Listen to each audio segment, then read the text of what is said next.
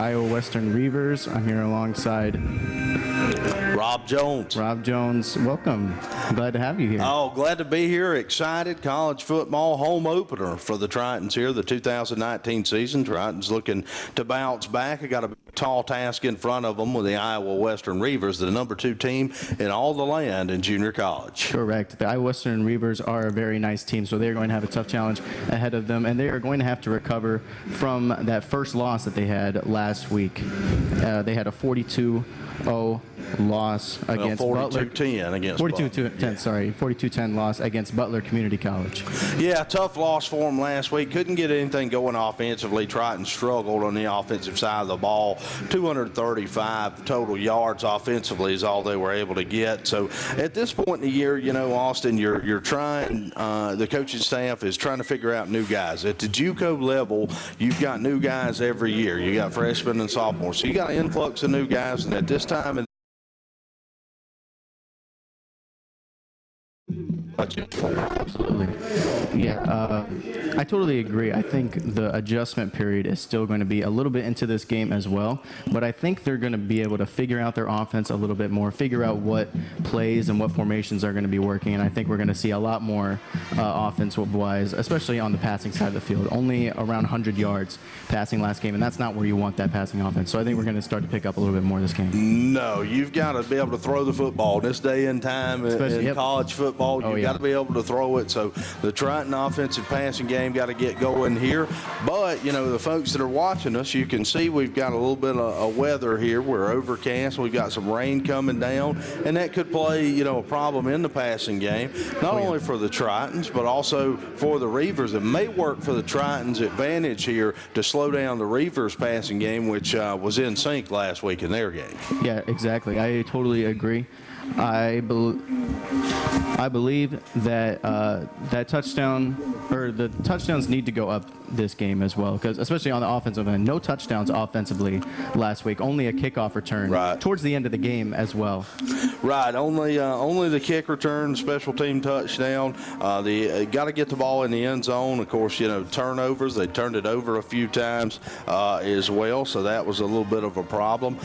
You know, so they've got to get some things going and worked out offensively, but coaches will tell you, Austin, that the most improvement you see during the season is between week 1 and week 2. So we'll be looking for that here today. I definitely think that we're going to see a lot of improvement from the Iowa Central Tritons here. I think the flow of the offense is going to click a lot better. I think that offensive game is going to get a lot more creative. I think that might have been their struggle a little bit last week, as the play calling may have been one-directional. I think they're going to take a lot more chances here, especially against this #2 Iowa Western team, and I think they're going to get a lot more creative, a lot more, you know, diverse with their play calling, and see a lot more opportunities. Yeah, open up the playbook a little bit here today. I mean, you might as well. Everything that you've got, you want to throw it all out here today. You're going to have to beat this vaunted Iowa Western team, the #2 team in the country in junior college. So you're going to have to throw everything you can at them and hope that you've got it going here today.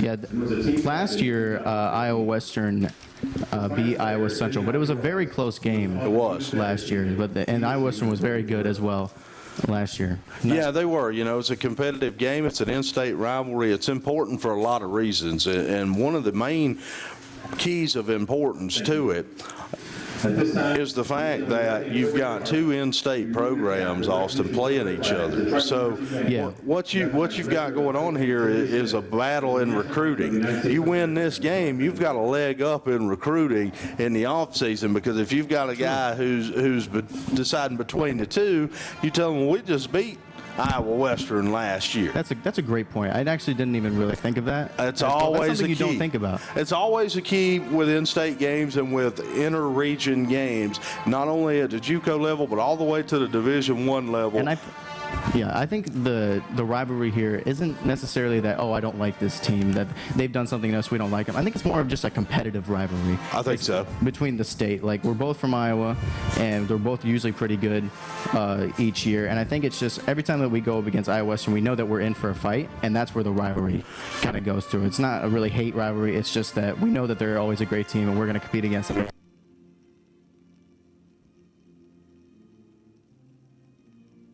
a shot of each other. Correct. Each and every time, and when and they may even be friendly to, because a lot of times coaches and ads and people like that have friendships and relationships, and right. but then that week comes where it's game week, you don't talk to those guys for a couple of weeks, and you get inside the lines, and it's Katie bar the door at that point. Right. But and that's one of those kind of deals that we've got here today, and as we talked about, it's important for your program in terms of where you stand in the state and where you stand in recruiting. Yeah, it also reminds me a little bit of the Iowa State rivalry here in Iowa, because we don't. Usually the rivalry is usually you don't hate Iowa State if you're an Iowa fan. Usually you don't hate we usually root for the other team when we're not playing each other. But when it's that week, it's a big rivalry.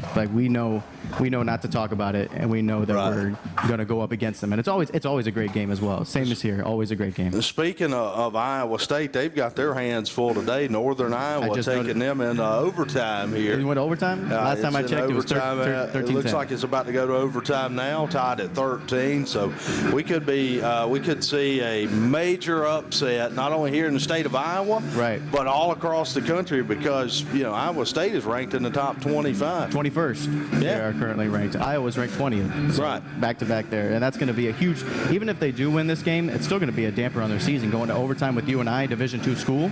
Right, a 1AA program, but football people know there's not that much difference a lot of times in a good 1AA or FCS opponent like a Northern Iowa as there is, in Division I players. The differences are not, and the gaps are not as pronounced as you think they would be. And UNI is a 1AA program that's in the top 10, top 15, a really good program.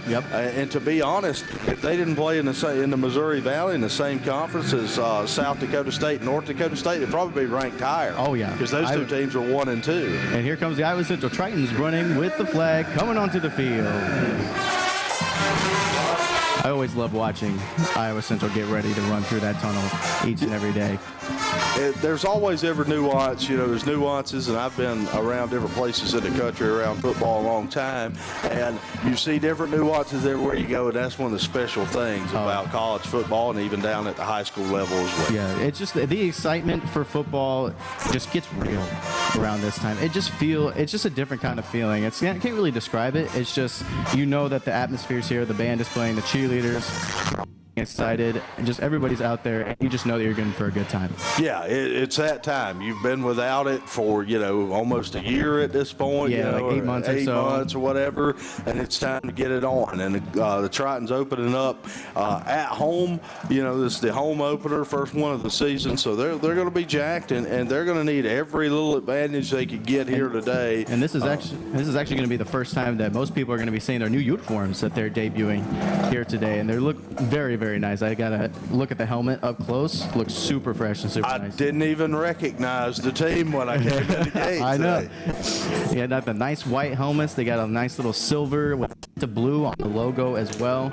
And of course, sponsored by Adidas as well. Got the new Adidas uniforms that we just got last year. So they got the new uniforms on, home opener. They're ready to go. Shout out to Athletic Director Kevin Tway. Yes. Because that doesn't happen without him correcting his staff and working hard to do things like that.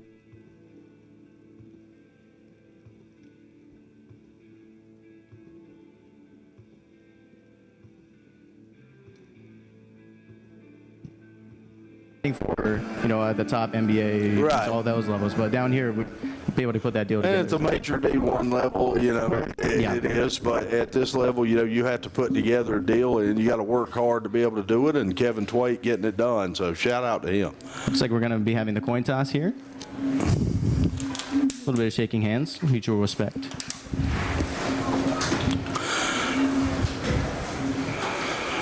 Let's see if we can get some indication on the coin toss here. Not sure if he is mic'd up or not. Doesn't look like it's working. The referee mic is probably like the most defective thing in the game of football. Correct. Always trouble with that little pat on his side. Looks like Iowa Central is selecting to receive. I wasn't quite. I think it's actually Iowa Western is selected to receive. Looks like he pointed in the direction of Iowa Western. Okay. And signaled the motion. So it looks like Iowa Western. Yep, Iowa Western is going to receive the ball here to start off the game.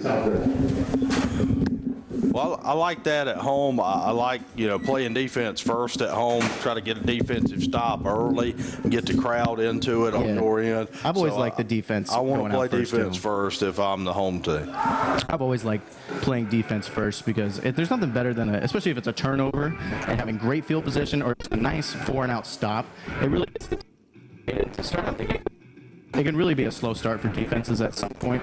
Well, offense is often, still filling out process early in the game. So, yeah, I agree with you. But I think it does help the offense a little bit. Defense goes on first because, if they see those big hits, especially if they get a big stop, big hit, interception, pumps up the offense a lot right there. And then they're motivated to go out there and feel a lot more confident going out there on the field. Right, and momentum starts swaying in your favor as well. Looks like we're getting ready for the kickoff.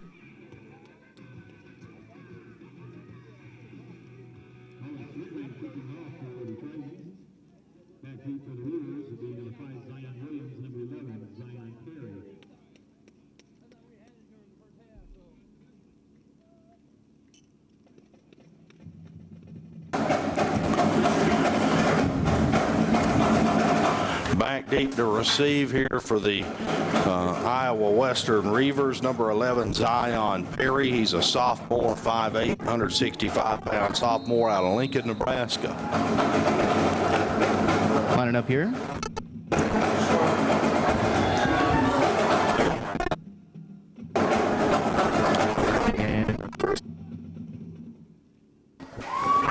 Going to be right around the 10-yard line here. Must the kickoff return. Going to jump on it. Iowa Western is able to recover that. Not a great start for Iowa Western right there, muffing the. We talked about the weather in the open. Yeah, we did. And I think it's we're seeing it here. It's playing a factor. I definitely think that had a big factor, and it was a little short too, so he had to run up to catch that one. May have not be able to get set and muff that kickoff return, but luckily able to come up there. But that's great field position though for Iowa Central to start off this game. It will be important here today for both teams on the sideline to keep a ball dry and fresh. Try to rotate the ball as much as you can here with this weather that we're having and the rain out here on the field. Good point. Sitting up here in the shotgun, 2 running backs to the left, 3 wideouts. Going to hand it off here. Looking to the outside. That's going to be enough for a first down. He's still going out to the outside. He's taking off a lot. Just knocked out of bounds. That was a huge gain up to around the 54-yard line, it looks like. Huge first run for the Iowa Western right there. Zaquandre White, a 6'2" running back out of Fort Myers, Florida, showing that Sunshine State speed, if you will, Austin. 6'2" running back too. That's up there for a running back. 6'2", 215. Here's a snap here, handed off again. Finds a big hole, going to cut up the middle. Trying to find some room, get some more space. Looking for a tackle. That's going to be around the 19-yard line, Iowa Western, with a big gain right there. That's another first down for Iowa Western. There goes White again. Zaquandre White showing his ability here earlier, and he's going to go out now and check out for a second after 2 big runs. Well deserved. I think we're going to see his number called a lot more in this game. And it looks like Iowa Western is doing that hurry-up offense, not taking a lot of time for that snap. Here's a snap. Hand it off again. He's going to get stuffed in the backfield. That's going to be enough for about a 2-yard loss right there. Definitely shut down that run right there. I think they were expecting another run right there, able to call a little blitz there. Carry was number 1, Brian Sneed, 6'1" running back, another big running back, 215, out of Tampa, Florida, another Florida guy. A lot of Florida guys on this Iowa Western roster. He was a big factor last week for them, a couple of touchdowns in their win. Shotgun here for Whitehouse. Big handoff, looking for the end zone. Oh. It's right there. He was going up there. May have been a little bit of contact there, but it looks like he was going for the ball. That's going to be incomplete. That's going to bring up 3rd down. Good coverage there from Stanley Cross, the defensive back, number 16 for the Tritons. He's a freshman defensive back. Good job on the coverage there, out there, one-on-one on that side of the field. He trips to the left, shotgun formation. It's going to be a flag here. That's going to be a false start on Iowa Western.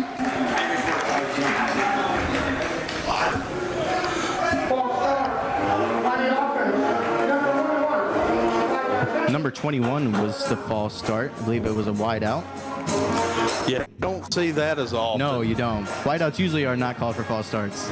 Mainly offensive line. Just got a little bit excited there. Looks like same formation here. Shotgun, 3 wideouts to the left. Drop back here. Looks like he might take off. Trying to find a blocker. Dump pass. Going to be incomplete. That's going to bring up 4th down. Nice stop there after those 2 big runs to be able to stop them here near the red zone. Yeah, good job in the red zone area here or near the red zone defensively. You bend a little bit, but you don't break on the defensive end. The Tritons here now, we'll see if they can hold them to 0. They're going to try the field goal here, it looks like. Looks like it's going to be around probably a 42-yard field goal here. Maybe around 45.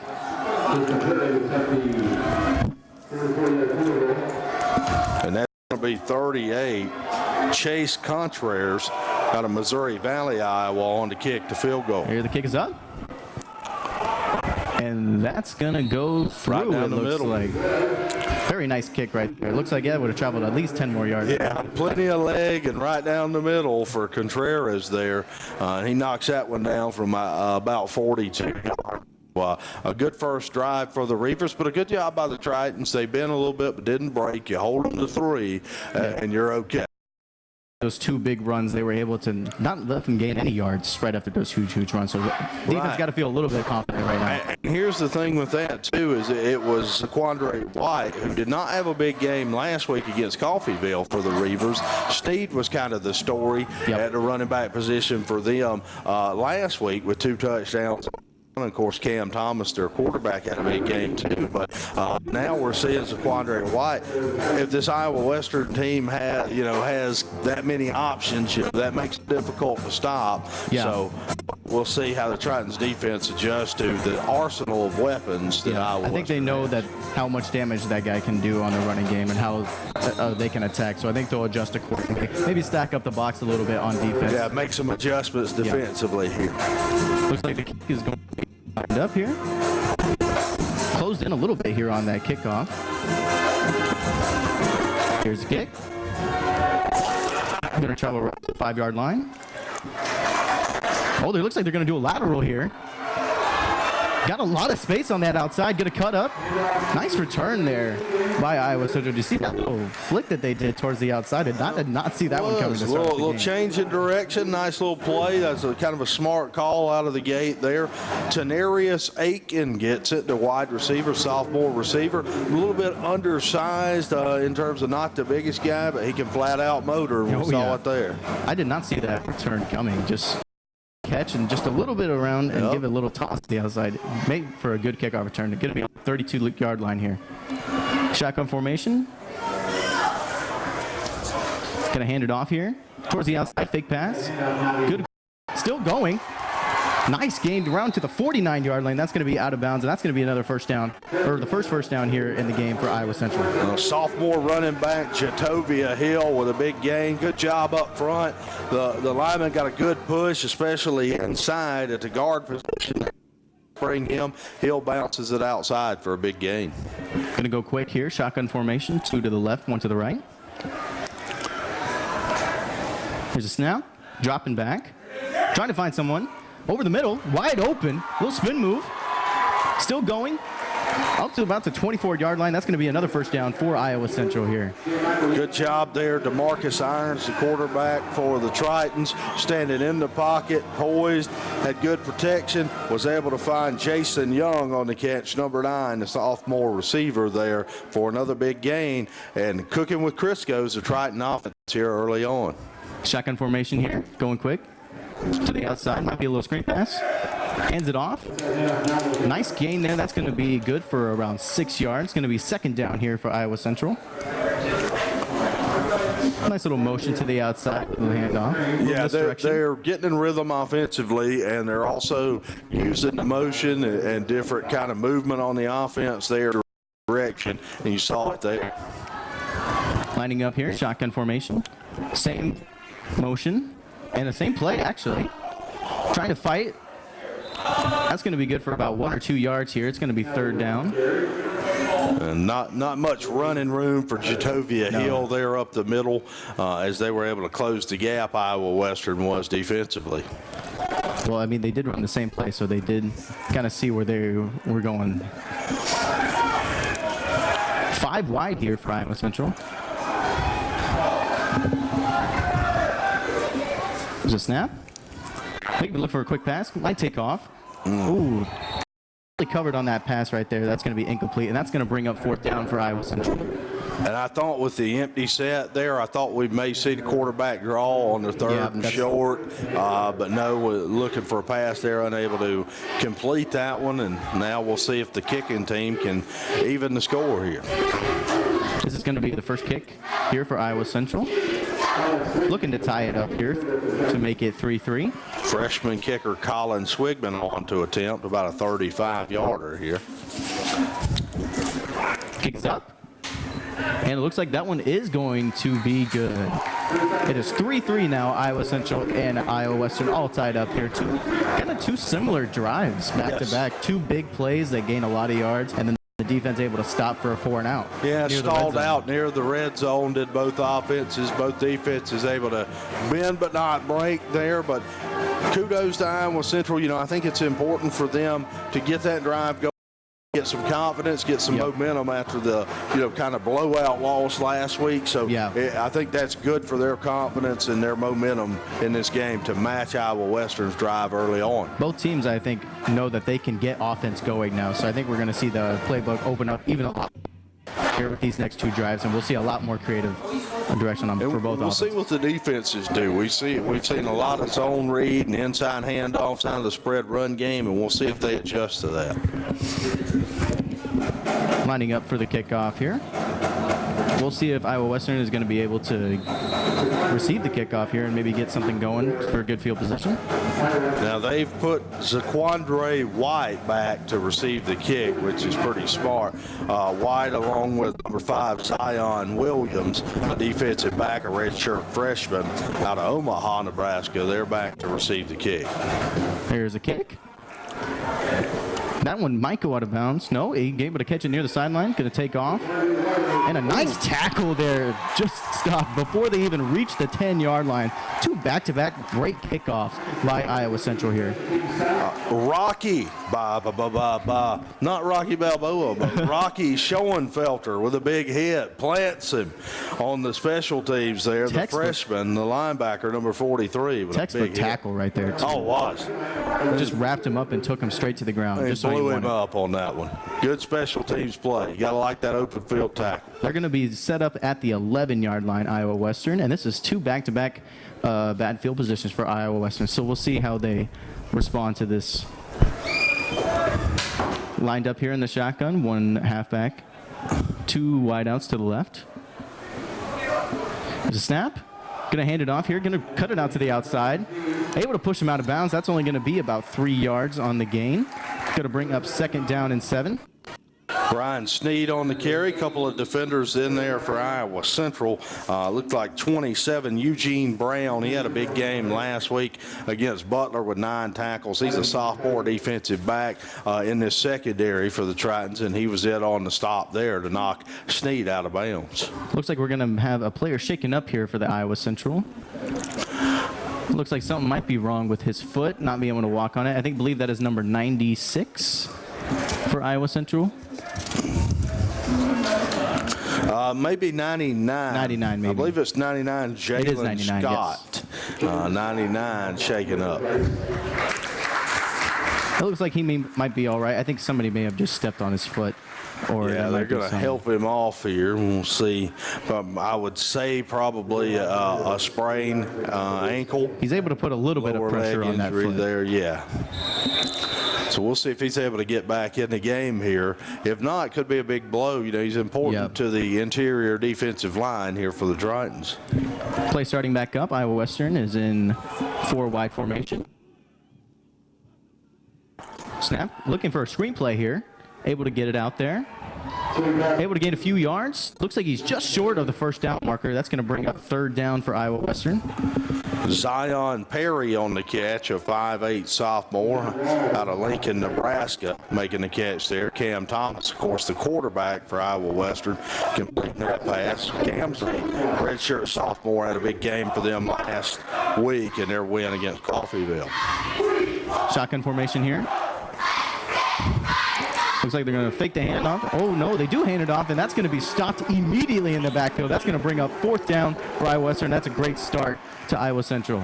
The Bishop, Lamont Bishop, with a big hit, throws them for a loss there, and that's going to bring up fourth down. Now, good job by Bishop there getting in the backfield. He read that one all the way, came on a delayed blitz up the middle, and was able to blow that play up. Blew that play up, and it looks like he probably wanted to keep that ball on that option play, but maybe panicked a little bit and gave the ball off, able to come in and stop that option with no chance. Well, that's what you see on the zone read from time to time. It's going to be blocked.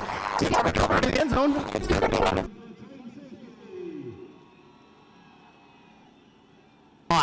On that punt and block that. That's going to be 5 points. It's going to be a total of 5 points for Iowa Central. It's going to be 5-3. And they'll get the ball. And they will get the ball back. A big here in the shotgun. Take the snap. They're going to run it a little bit towards the outside. Gets tripped up a little bit.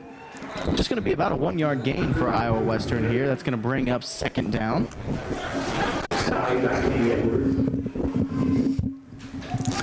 An empty trip there for the Tritons, and we'll see if this defense can get a 3 and out and get the ball back to the offense here. It's kind of demoralizing a little bit for the defense, so if you're the defense, you got to just step up and get a play, get the ball back to the offense. Motion here.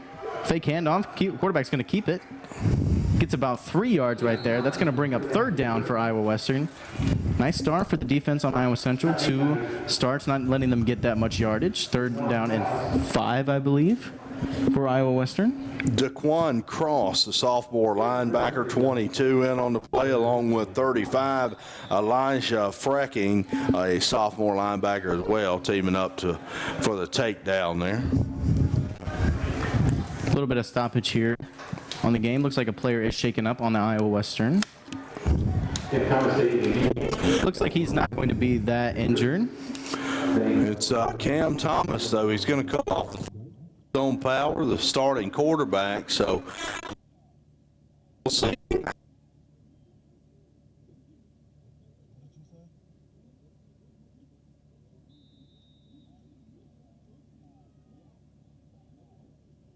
Freshman, 6'2", 190, out of Newark, New Jersey.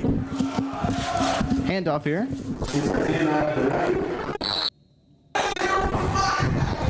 Looks like they're going to spot the ball short, maybe, by Iowa Western. Yeah, he's going to be 2 yards, yard and a half short here of the first down. Well, I thought so, but it looks like a pretty good spot there, so it will be a first down. It is going to be a first down here for Iowa Western. Pretty generous spot by the officials. I think you and I were kind of looking at that. Yeah, it was very close. It looked like it was stopped short.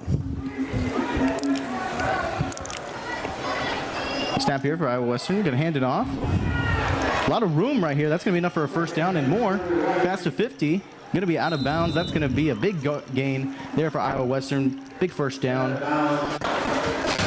It's Zaquandre White again, and we've said that name. His number's been called a lot here today. Yes, it has. He's been a big-time factor in the running game, and you've got the backup quarterback in for the Reavers of Iowa Western. And, you know, when you have to put in your backup quarterback, when you've got the kind of running game they've got, you can hand it off. It's so much easier. There's a snap here, a little bit of motion towards the outside. Muffs the catch a little bit. That's going to be probably an incomplete pass. Going to be called incomplete by Iowa Western. Almost had possession, may have fumbled it a little bit. I don't know. I don't know. I don't like that one too much. I thought he caught it and then started to make his move and left it. It seemed like he was mumbling a little bit on that catch, and then the defense came in and disrupted it, but it was close either way, I guess. Tritons could have used a break on the fumble. Definitely. Going to bring up second down here for Iowa Western.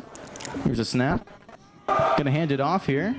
Finds a little bit of room, keeps going. That's going to be enough for around an 8-yard gain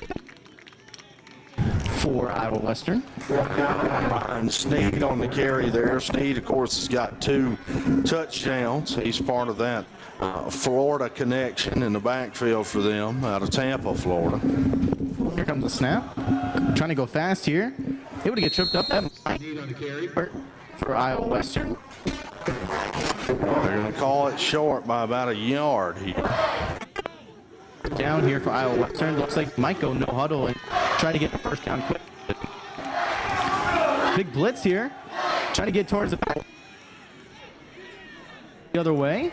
He's just going to fall down. Good stop by Iowa Central. So much pressure just went right up that middle. Nowhere to go. Defensive line did a great job getting penetration there at the point of attack at the line of scrimmage, able to string it out.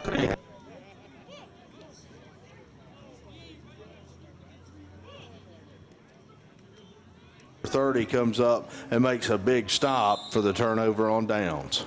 Very great stop for Iowa Central. Iowa Western seemed like they were trying to catch them off guard there, trying to go no huddle. But Iowa Western recognized it right away. They're like, they're probably going to run it. Just send everybody up the middle, and that's exactly what they did. Of course, they're going to run it on 4th and 1 with a backup quarterback. I'm not going to throw it. No.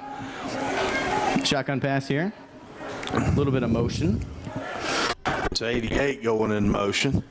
Going to hand it off here up the middle. There's a flag on the play. I don't think 88 ever got set back after he moved. May have been.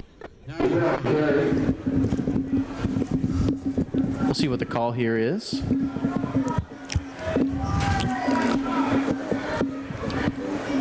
Yep.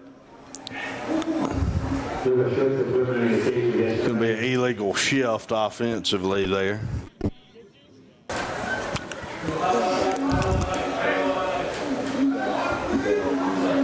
It is going to be eagle shift on Iowa Central. That's going to back them up a little bit here. And you can see number 88, Brandon Tukes, the freshman tight end coming off the field. He knows that was him there on the illegal shift. Just didn't get set there. He was still shuffling his feet a little bit before that snap was taken. Shotgun formation here, 2 to the left, 2 wide to the right. Looking for a pass. Nice completion there. He's going to gain a little bit more, almost to the first down marker. That's going to bring up second down for Iowa Central. Nice little pass right there, able to turn up the field and get a few more yards. Yeah, you know, Irons got good pocket presence, good poise, good pocket presence, delivers the ball on time, and delivers it in a pretty good spot most of the time. We see it there. We've only seen him really, you know, make a bad throw or overthrow one. Most of his throws have been right on time. Yeah, going to the snap here. Fake handoff. Looks like it's going to be a screenplay, but that's going to be broken up straight away. That's going to be a lot for Iowa Central. Going to bring up a third down here. Zion Williams read that one for the Iowa Western defense. The redshirt freshman defensive back, 6 foot, 190 pounds. On the hot brass. He read that one straight away and made play. Check. Central.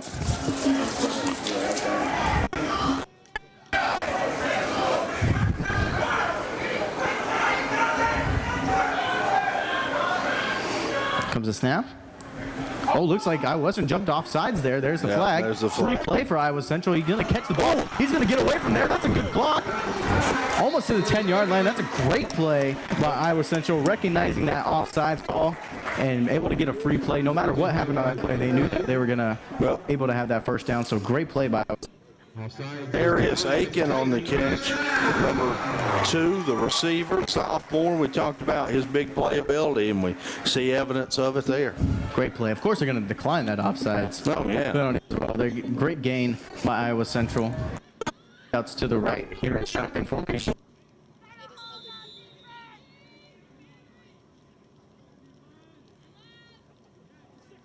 Here by Rashad Woody. Looks like he might keep it here. Trying to get a few yards. Looks like he's just going to get a yard or so on that play. Going to bring up second down for Iowa Central. Yeah, the offsides or the big play is kind of a choice between, a cheese. Filet mignon every time you can get it, right? I'd say so. I don't think I've ever had a filet mignon. I assume so.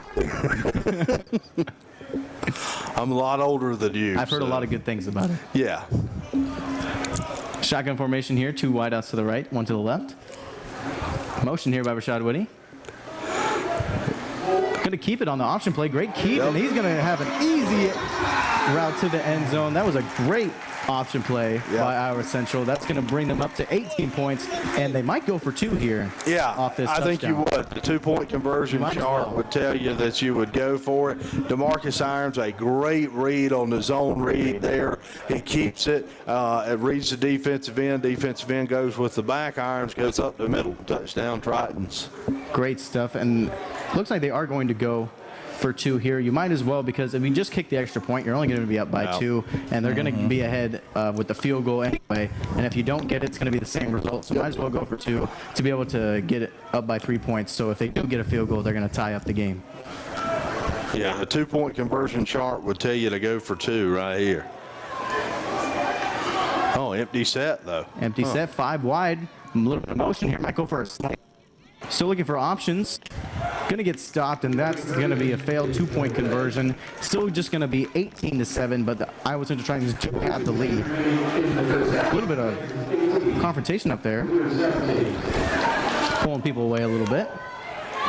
Wasn't much going there offensively for the Tritons. That play was kind of blown up from the beginning. They don't get to 2, but you still are in good position, able to score, and also, you know, take the lead, and you live to fight another day in terms of getting that 2-point conversion if you need it later on. All coaches have what you call a 2-point conversion chart, and a lot of guys obviously not holding a piece of paper, but it's kind of a figurative thing. And so in this situation, you would go for 2. Got no problem with that. You know, it just didn't execute and get it, you know? Yep. We're going to take just a quick break here. We're going to be right back here on the Triton Nation Network.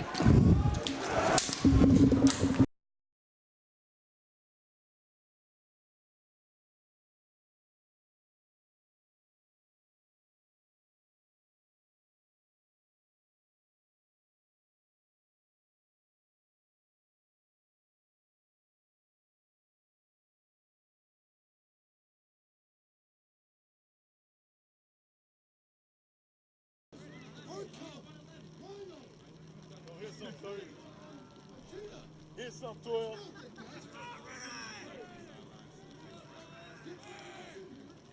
Here's some for me.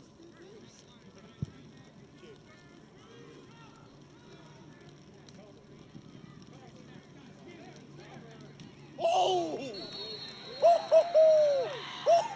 Recovery right on the return. Oh boy, I can't play Good special teams still. J. Brown.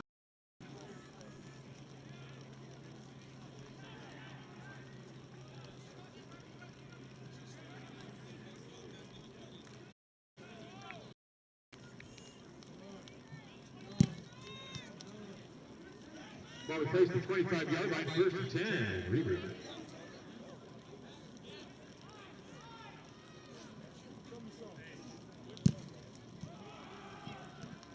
Yes, sir. Yes, Speed sir. on the carry. Brought down for a loss by Lamont Bishop. Cam Thomas back in the ballgame, the quarterback for Iowa Western.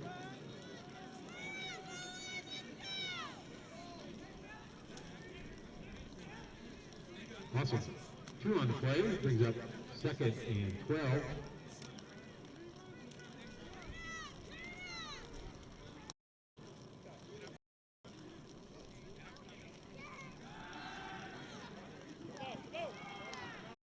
Thomas on the keeper.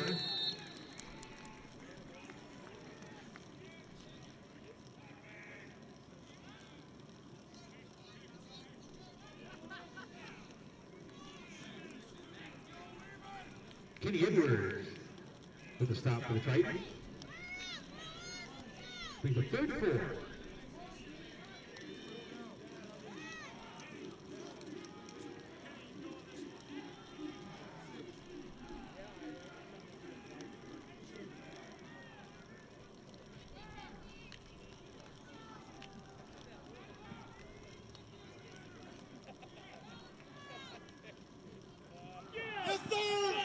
Snap ball down, right by scrimmage for no gain.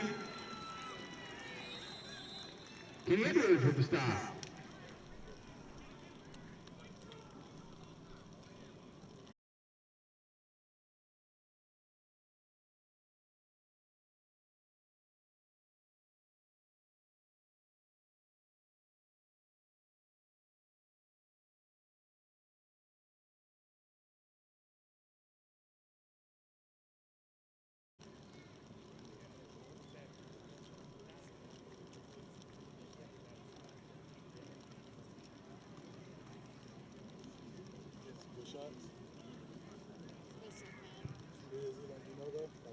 There was a couple that I had. There was one earlier. Yeah.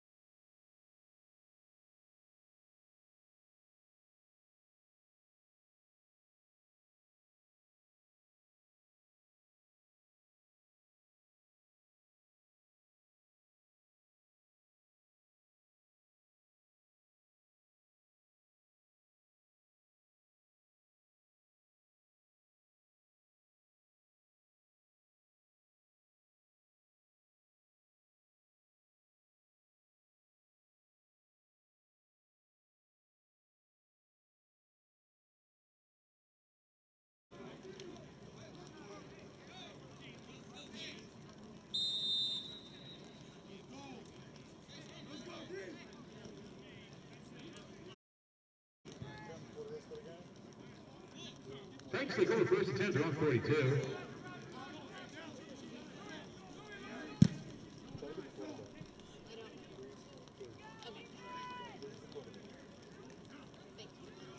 Let's go, Silk. He's a baby, Silk.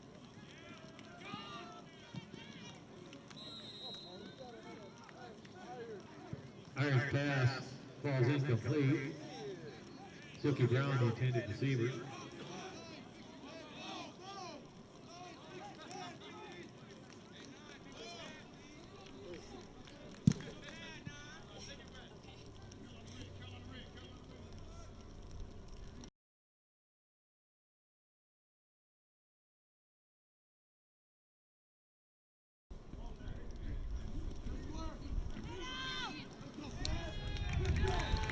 Inside handoff to Grant Walker. Proper made. Devin Drew. This keeps getting so.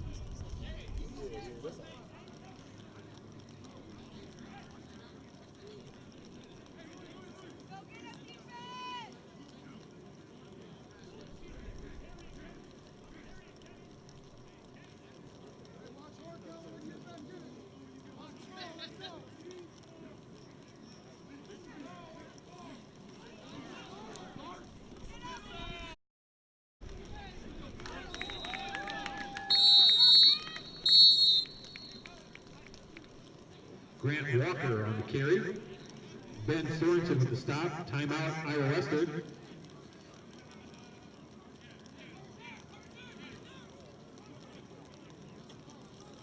Result of the play makes it 4th and 7.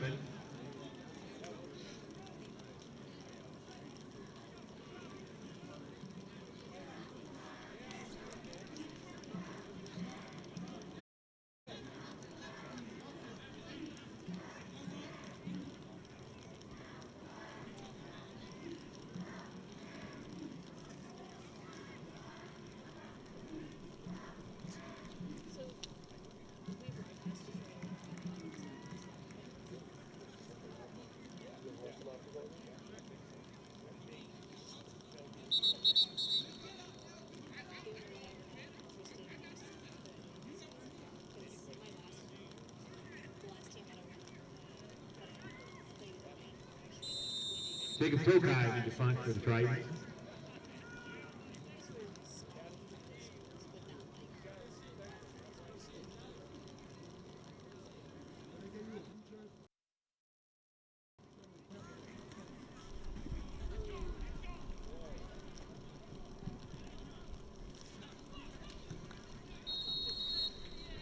They're going to head out of bounds.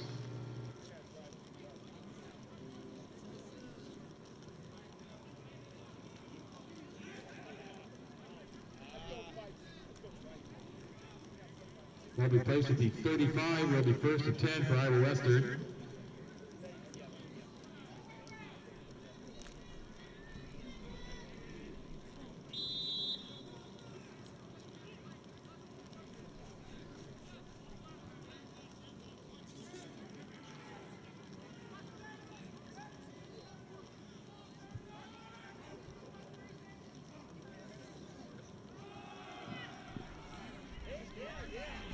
Zaquandre White on the carry.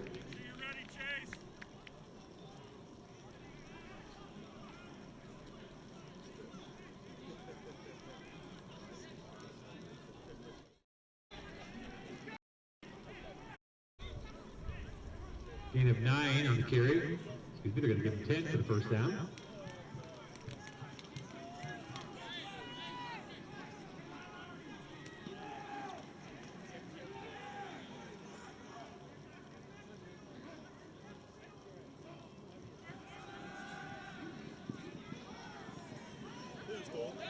Please throw it. Yes. Oh!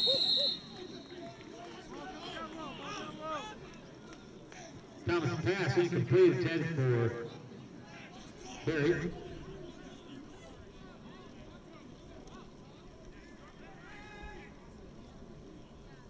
Sorry, that was White on the intended receiver. Dijon Walls on the coverage for the Tritons. Second and 10.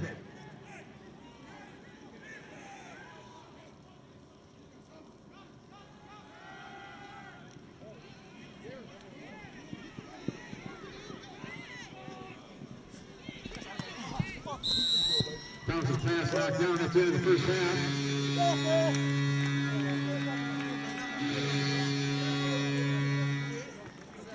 Iowa Central 18, Iowa Western 17. His bag down here. Okay. Yeah, put him in his bag down here.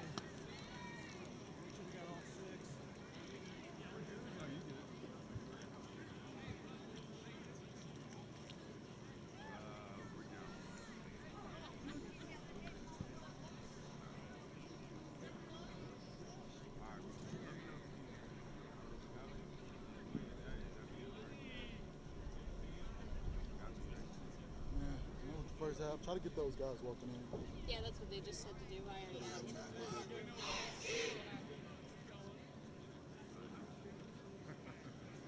Thank you. Because, like, these shots on the east sideline are, like, really focused shots. Yeah. Really, They like, said nice, so I just kind of left it where it was.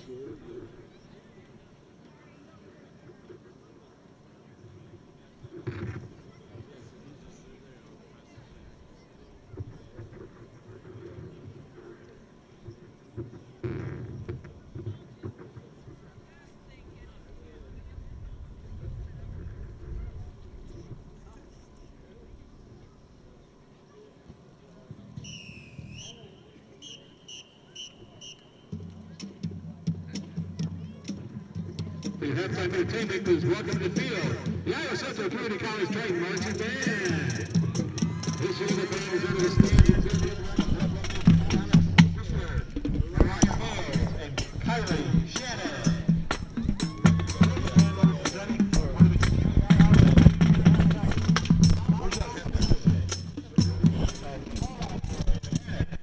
After this go, opening with the last of the real ones. Please sit back and enjoy Iowa Central's Triton Marching Band.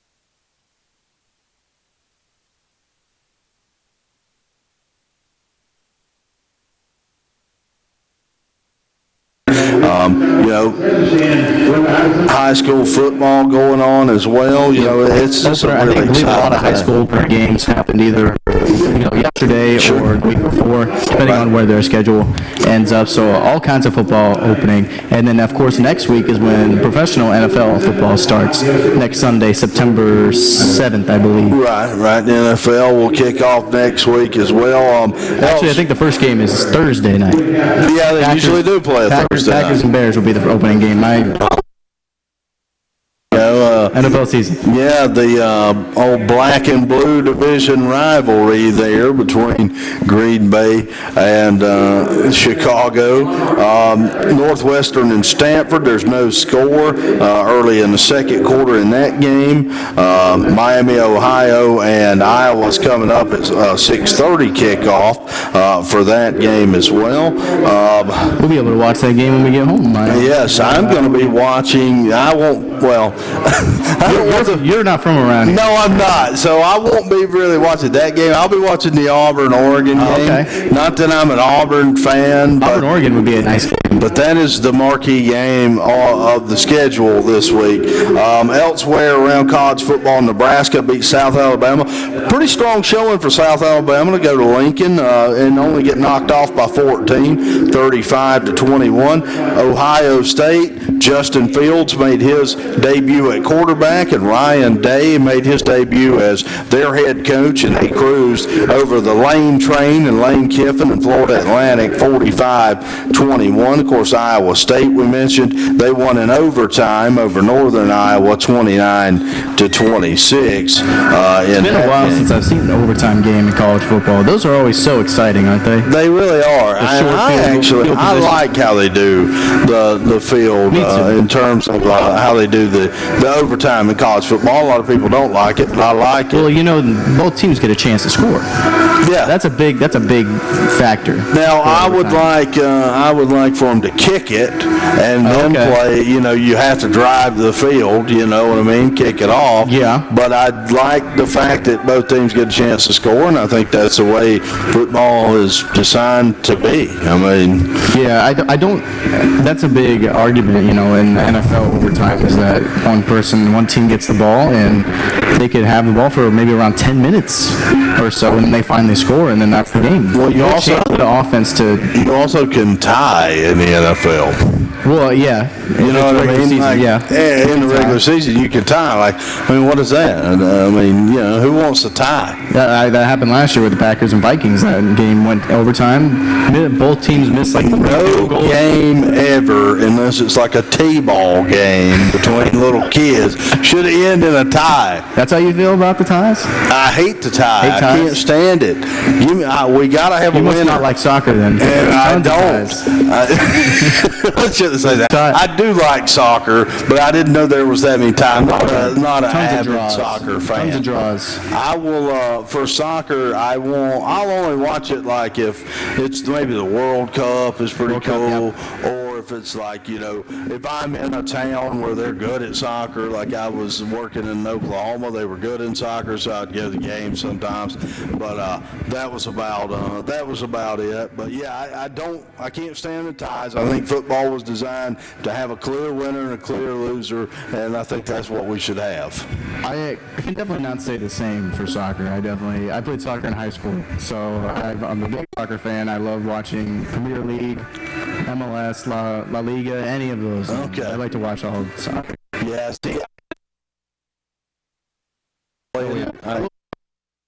Much soccer. That's true. It's not as easy. It seems like it is now, but it wasn't a little then. bit. Yeah, it's starting to pick up a little bit, but it's not like you can just scroll through the channels and be like, oh, La Liga's on. Let me watch Barcelona. It's just you got to really search for it. You got to want to watch it. You can't just come across it on ESPN. You got to find it on those weird channels sometimes. Yeah, it kind of is all over the place. I didn't grow up playing soccer. I grew up, as a three-sport athlete in the traditional sports. So halftime it is. Iowa Central up 18-17 on Iowa Western here.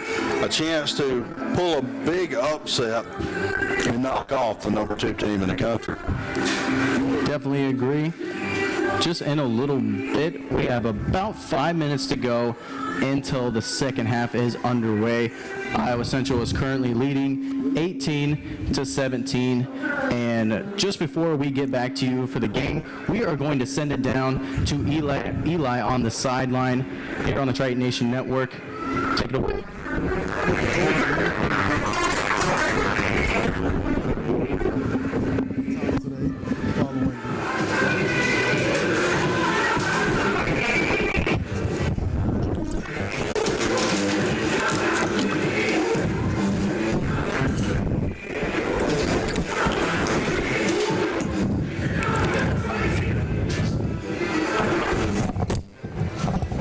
New look good. He can hear us. Oh, okay, I can't hear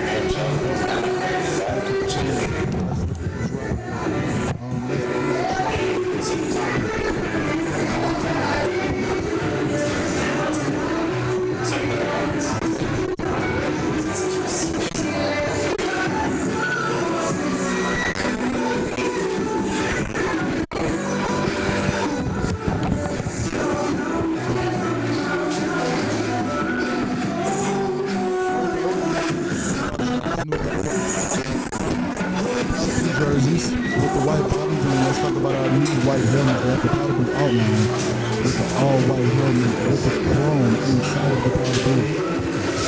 This is cool Colorado helmet. It is a medium, no, I can't fit it. Just have chains on the back and right on the front. But I'm gonna send it back to you, Austin.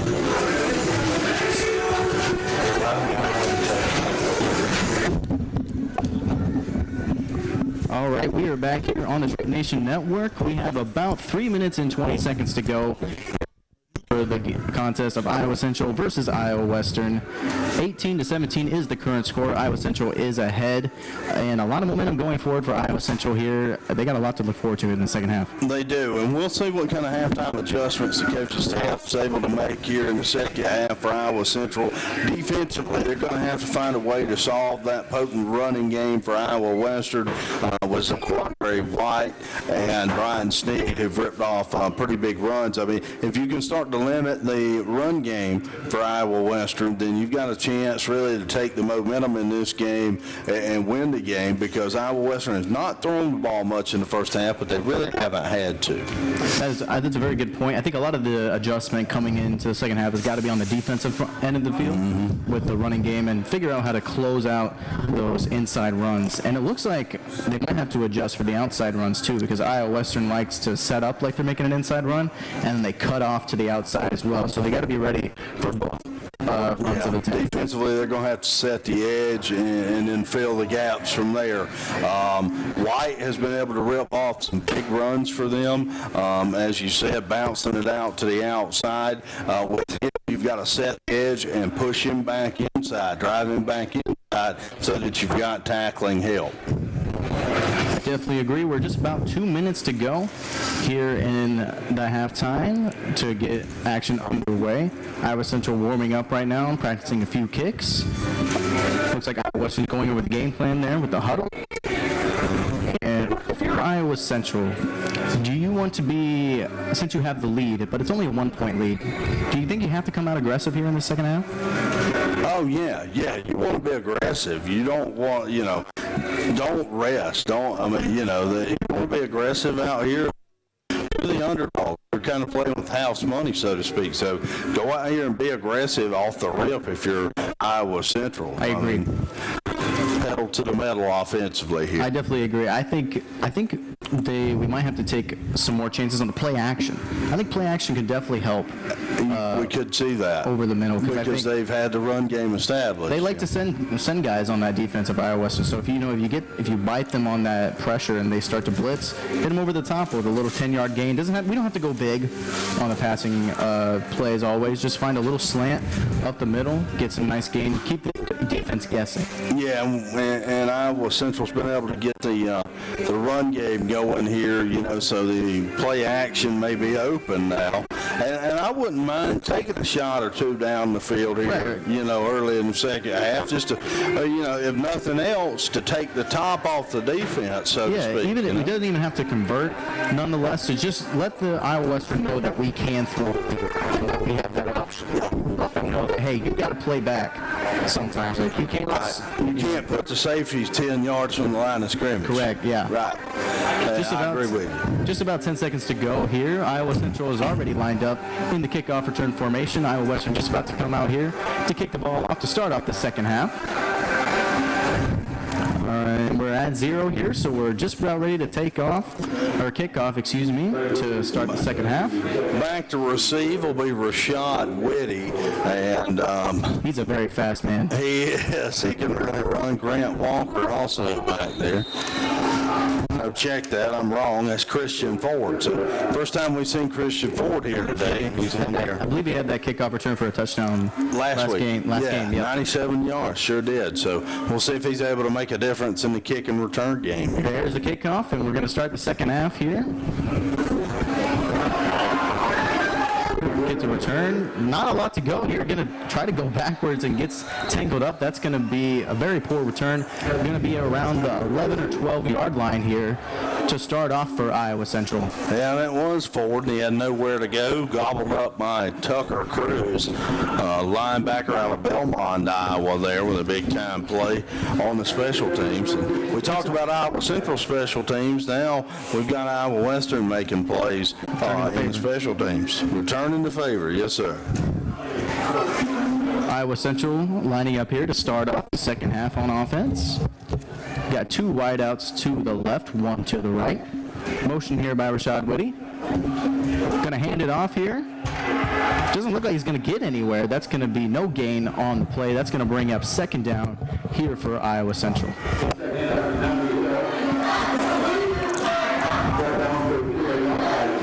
It's going to be second down and 10 yards to go here for Iowa Central.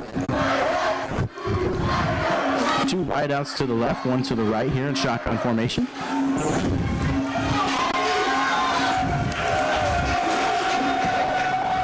A little bit of motion there. Dropping back for a pass, finds a slant. Great catch right there. That's going to be a little bit of a gain. That's going to be enough for about a 5-yard gain, I'd say. And it's going to bring up third down here for Iowa Central.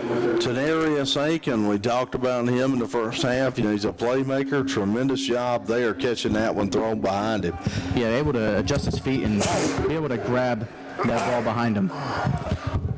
Shotgun formation here, 5 wide. It's going to be third down and 7 yards to go here for Iowa Central.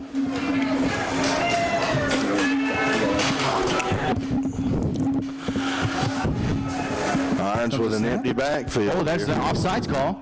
Or it looked like he did. There's a flag. Another flag as well. He's just going to take off running. That's going to be enough for a first down. 2 flags on the field. I know one of them is for an offsides call. And the other's a face mask. So 2 flags on the Iowa Western defense right here. Let's see. They're probably going to decline the offsides and then accept the face mask penalty along with how many yards they gained on that play. That's going to be a huge gain for Iowa Central right here. Let's get the official call from the head ref.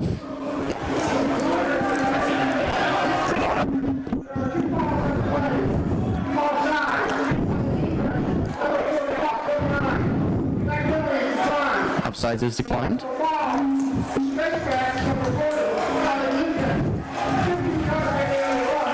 15 yards is going to be added on to the run itself for Iowa Central with that face mask penalty. That's going to be a huge game for Iowa Central. A lot of momentum right here for Iowa Central. Good start. And that ball is going to be taken up all the way to about the 46-yard line, 44-yard line. A big break for the Tritons there. The penalty goes against Devin Ruffin, the sophomore linebacker for Iowa Western, a sophomore 6'2", 220 out of St. Louis. 3 wide receivers stacked in a single file line there on the right side. Might go for a screen here. Looked like he was going to go over a screen, but looks like he was going to take him himself. But Iowa Western read that all the way, and he is stopped in the backfield. That's going to be a loss of yardage on that play. It's going to bring up second down here for Iowa Central.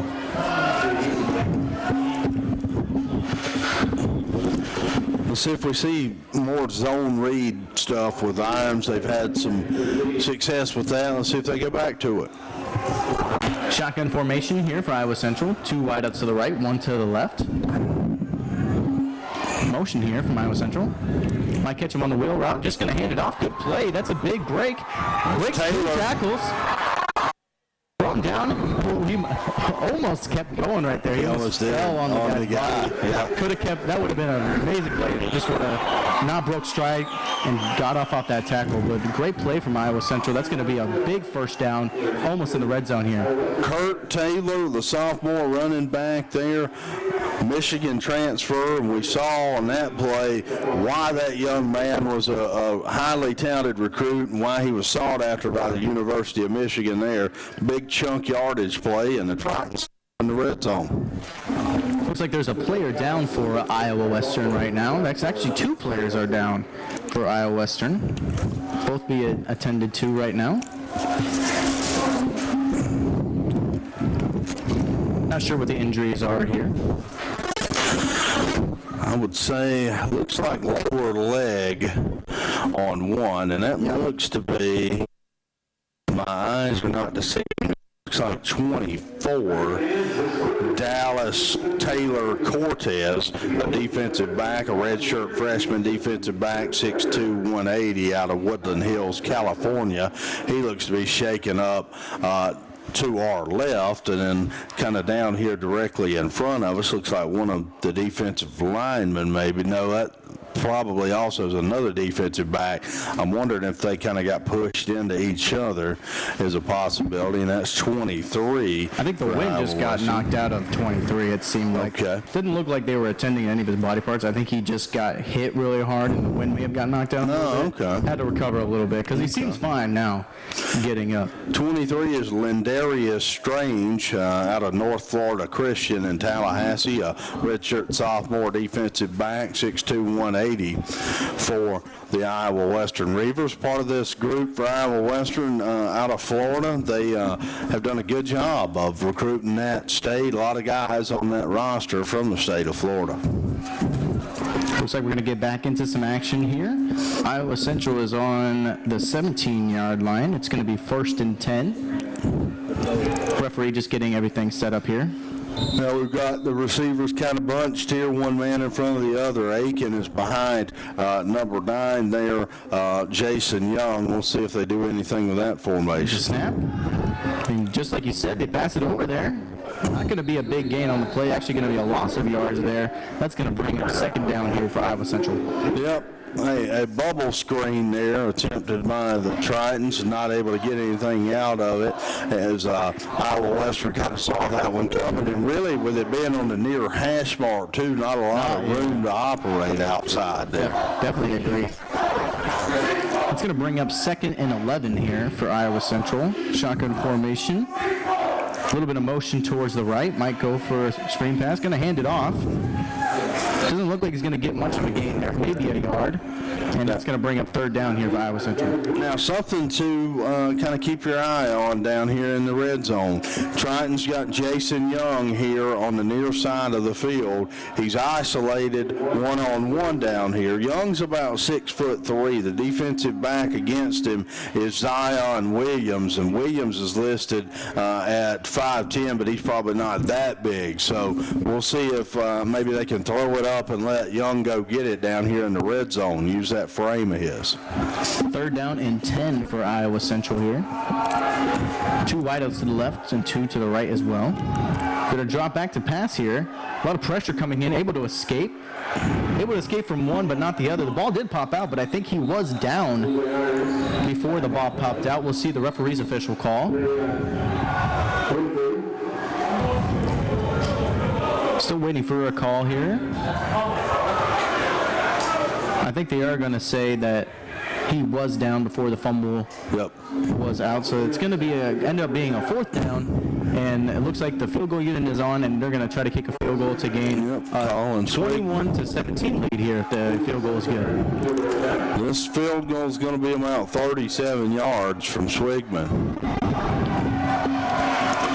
He missed on his last one back in the first half. Field goes up, and It is good. That's going to be 21-17 now for Iowa Central. That's definitely feel a lot more comfortable lead than 18-17. Well, yeah, and you want to come out and get points, and they did in the first half or in the second half. They're coming out of the locker room, and a good job putting that drive together. Swigman is now 2 of 3 on field goals for the day.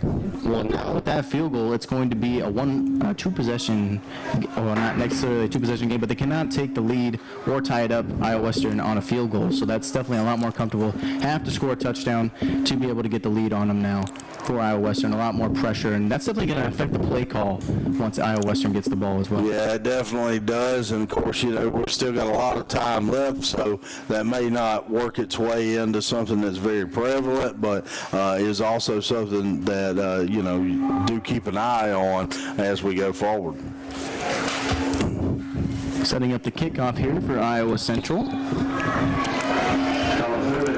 have just about 10 minutes and 25 seconds left to go here in this third quarter. Still a lot of football left to be played.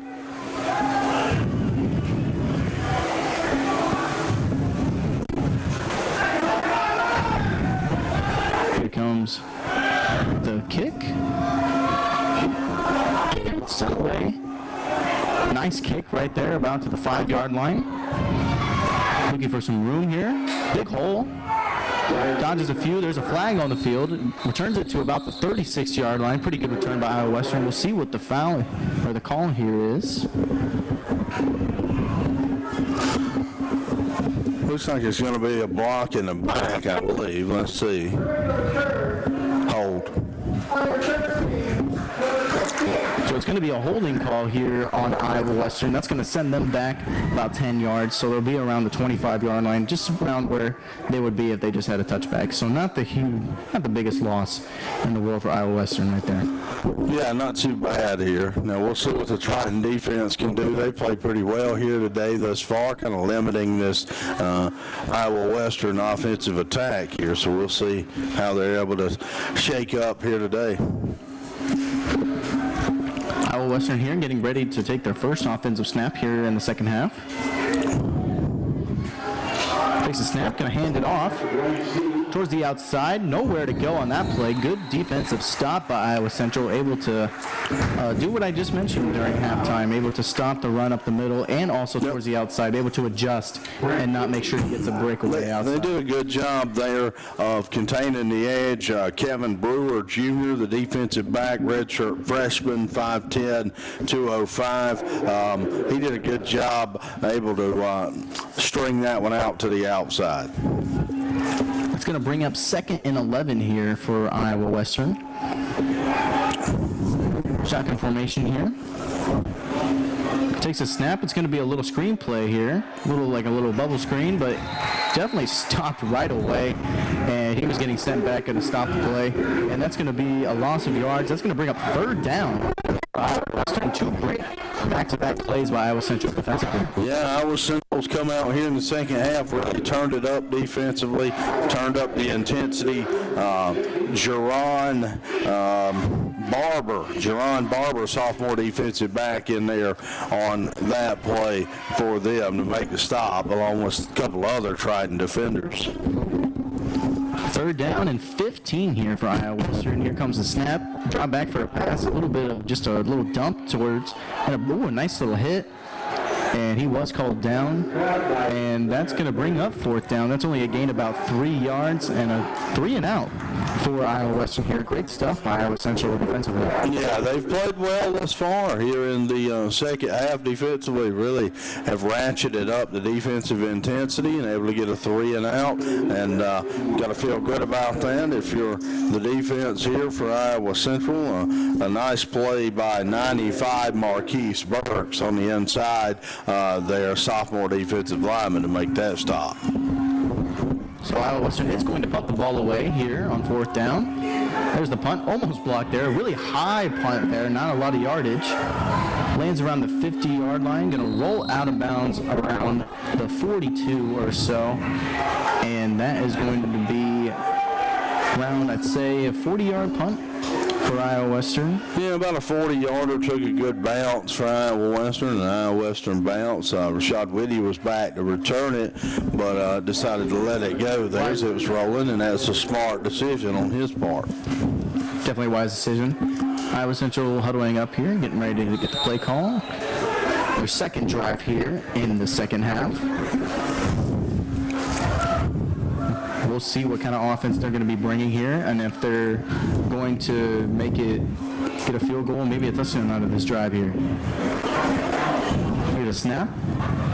It was an option play, decides to keep it. Doesn't gain much on the play, and that's going to bring up second down off the option play. Excuse me, that was a good job by Marcus Rogers, 21 for Iowa Western, coming up and making that play.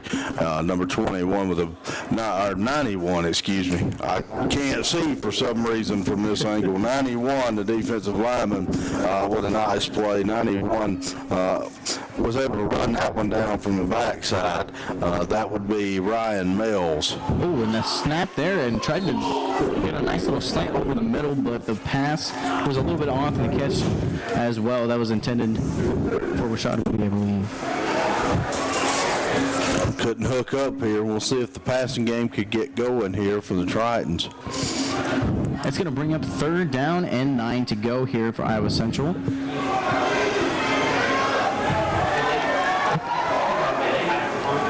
Looks like they're adjusting the play call here.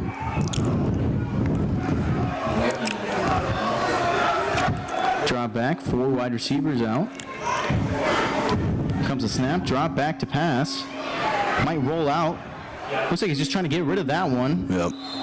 And he's going to pass it out of bounds, and it's going to bring up fourth down here for Iowa Central. Another 3 and out. Back-to-back 3 and outs from both teams here. Yeah, the defenses obviously talked about adjustments in the halftime locker room. They've come out and executed here and made those adjustments. And DeMarcus Hines just didn't have anywhere to throw it, so he wisely threw it out of bounds. You know, you throw it away, live to play another day, so to speak. Near a receiver as well, too, so no intentional grounding calls or anything of such of the sort. So just punted away here. Swigman back to punt. Nice little punt here. Looks like it's going to have a nice bounce. And Iowa Central's going to cover around that. Oh, it's going to go, keep going, and it's going to be around the 3-yard line. Great punt right there. Excellent field position for Iowa Central at least. Yep, flipping the field there. They got a nice bounce to Iowa Central, so they'll pin the Iowa Western back deep here to start this drive. Good punt by Colin Swigman. The punt was sitting far enough to be able to get a fair catch return. Kicked a little bit further. So returner didn't want to have a risk of muffing that punt. Able to roll all the way towards the end zone. Really nice punt there by Iowa Central. Shotgun formation here, and they're going to get the ball right near their own end zone. They're going to hand it off here. He finds a little bit of room towards the outside. He breaks free a little bit. He gets about a 15-yard gain or so, and that's going to be a big first down here for Iowa Western. Zaquandre White, we've talked about him all day. He's had a big game for them, and another big run, ripping off about 15 yards for him. He's well over 100 here today in this one. Shotgun formation here for Iowa Western. It's going to be 1st and 10. Handing it off here. Breaks a little bit of a tackle. Still going. Wow, he just piled straight through there, almost to the 30-yard line. That's a first down for Iowa Western. Yeah. Right on that run. That's White again. White, you know, he's a 6'2", 215-pound running back, a sophomore, and a guy who really finishes runs hard and able to not only just get to the outside and use the speed, but able to power through, and he does there. He's out of Fort Myers, Florida as well, so a big-time running back for the Reavers. First down and 10 here. Dropping back to pass for Iowa Western. Looking. Trying to find something. Still able to look. Might get away, just going to take it for himself. That's just going to be around a 3-yard gain for Iowa Western. A lot of time for Iowa Western right there in that backfield. It really was, but that's good coverage down the field by Iowa Central there defensively. Able to turn that into a little bit of positive yards. It's going to bring up 2nd and 7 here for Iowa Western. Iowa Western this is definitely a better drive than their previous drive just before. They're able to get some offense going so far. Yeah, they couldn't get anything going the first couple of drives here, the second half, and we'll see what they're able to do the rest of this one. Going to hand it off again towards the outside. Finds a little bit of room. Still going. That's going to be a first down here for Iowa Western. Great carry right there. We're seeing that 1-2 punch that we saw in the first half, Sneed and White, and that's been successful all day and successful again here. Definitely starting to find the running game flow that they had in that first half. Western here to go. Handing it off again towards the middle. Doesn't have a lot of go there. That's going to be maybe a 1-yard gain for Iowa Western. That's going to bring up 2nd down. We have somebody limping a little bit off the field. Might have been shaken up a little bit for Iowa Central. Going to get a sub here. He's going to get checked out.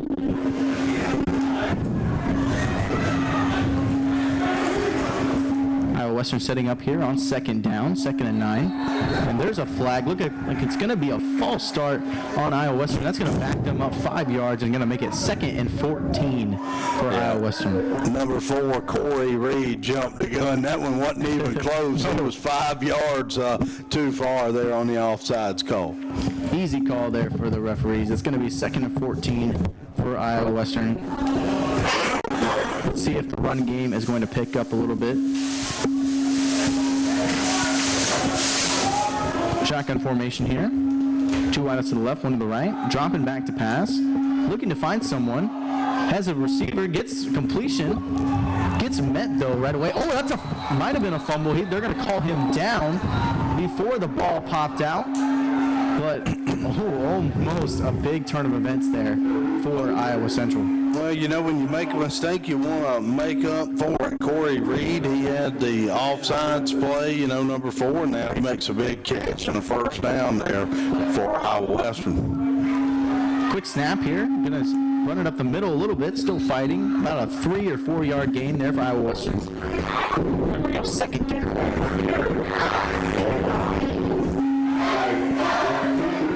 Definitely running that hurry-up offense here by Iowa Western, wanting to get things going fast and quick, trying to keep the momentum going. 2nd and 9. Here's a snap. Going to hand it off the middle. Doesn't look like he's going to go anywhere on that play as well. That's going to bring up 3rd down here for Iowa Western. That was a good job. Blowing that play up. He read that when he's playing downhill and was able to shoot that gap. Some subs here being made by Iowa Western.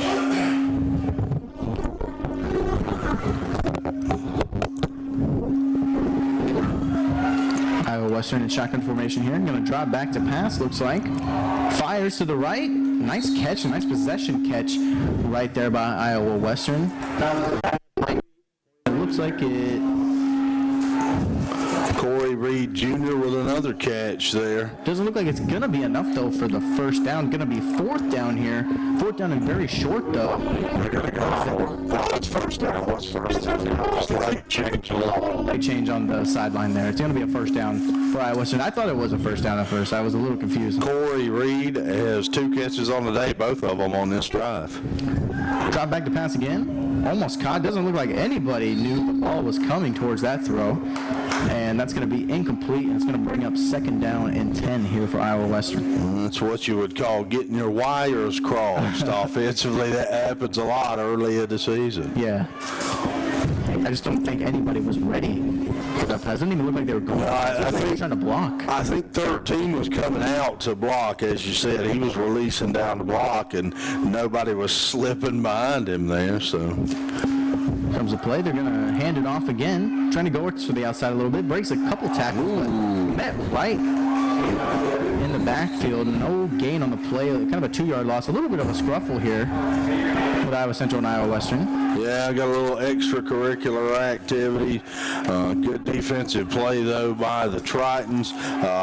Got 94, Kalen Burt, a sophomore defensive lineman. And 95, Marquise Burke sitting there making a play. Iowa Central getting a little bit excited after that. Big third down stop here. About 2 minutes to go. Big third down upcoming. They need to stop. This would be a big stop here for Iowa Central, especially if they get a loss of yards, put them out of the field goal range.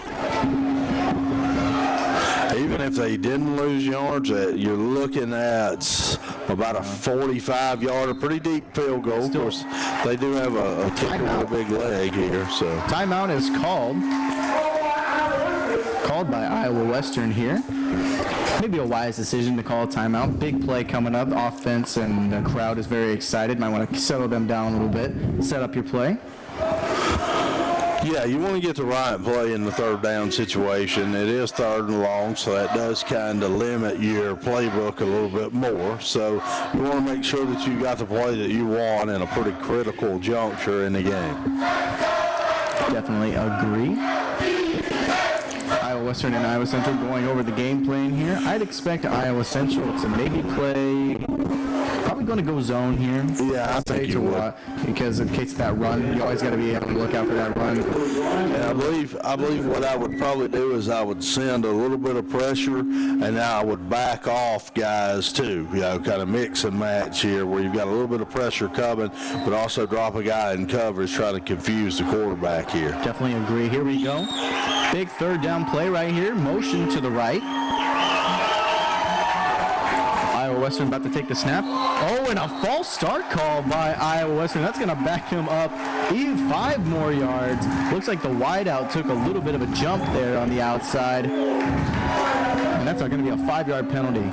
Yeah, I believe that's going to be Deshaun Stoudemire on the false start there for Iowa Western. That is a big false start penalty right there, because if they don't convert on this third down, it's going to be even longer field goal now. Yeah, probably out of range. Yeah, they might not even go. They're probably just going to go for it if they don't convert right here on this third down. Getting ready, a little bit of a weird formation towards the left with 3 wideouts. Trying to find it deep. That's going to be picked off. It looked like the receiver was Iowa Central. A little bit to the outside. There's a flag on the play as well. Just going to run it out of bounds. That's a nice pick from Iowa Central. Great play. Turnover on downs turnover for Iowa Central. Great play.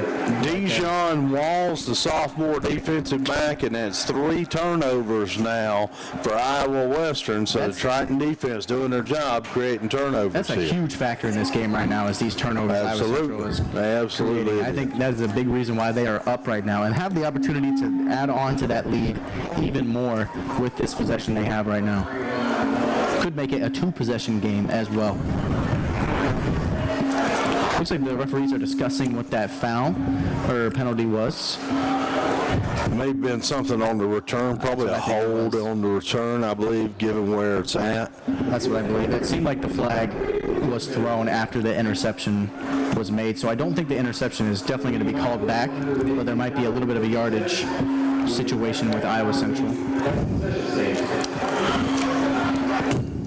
We have just about 2 minutes to go here in this third quarter. Still another quarter left to play, but definitely the momentum has definitely shifted towards the Iowa Central Tritons right now.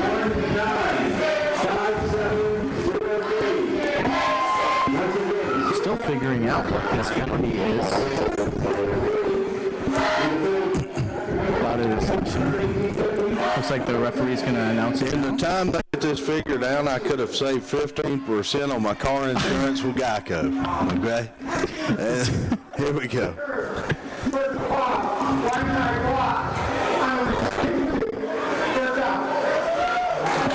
So it seems like it is a block in the back on Iowa Central, but the interception will stand, and Iowa Central will still have the ball, but just a little bit of a yardage backup for Iowa Central. Not the biggest thing in the world. Yeah, not a big deal, because you get the ball back on the turnover play, and do what you can do here. So Iowa Central is going to take the ball. It's going to be first down and 10 after that interception. Looks like, I'm not sure where the ball is going to be spotted for sure. I think they still have to account for the penalty. Actually, it looks like the penalty is on Iowa Western. Yeah, it did go on Iowa Western. Personal foul. I'm not sure what, I think maybe it was just maybe a block or... I think they called it a personal foul, I think. Maybe it was just an unsportsmanlike personal foul or something like that. But Possible.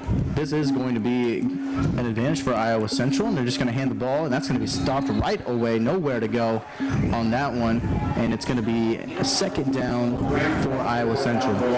Grant Walker carried that one and gets knocked down. He's a transfer out of Georgia Southern, gets no gain there. Sophomore running back on the carry. Iowa Western in shotgun formation here. 2 wide to the right, 1 to the left.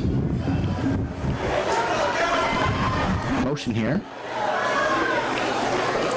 Here comes the snap. He's just going to keep it, trying to find some blockers. Doesn't get very far. I think about a 2-yard gain right there from Iowa Central. It's going to end up being third down. You know, after that play, you got to think Iowa Central, like, do you got to take a risk now, or are you just going to play conservative, not want to create a turnover? I mean, you don't want to get overly conservative, but you also don't want to do anything, dumb in terms of turn the ball over on this side of the field. But you definitely don't get conservative with a 4-point lead with this much time left in the game. I definitely agree. 3 wideouts to the left, 1 to the right here for Iowa Central. Iowa Western almost jumped on that line.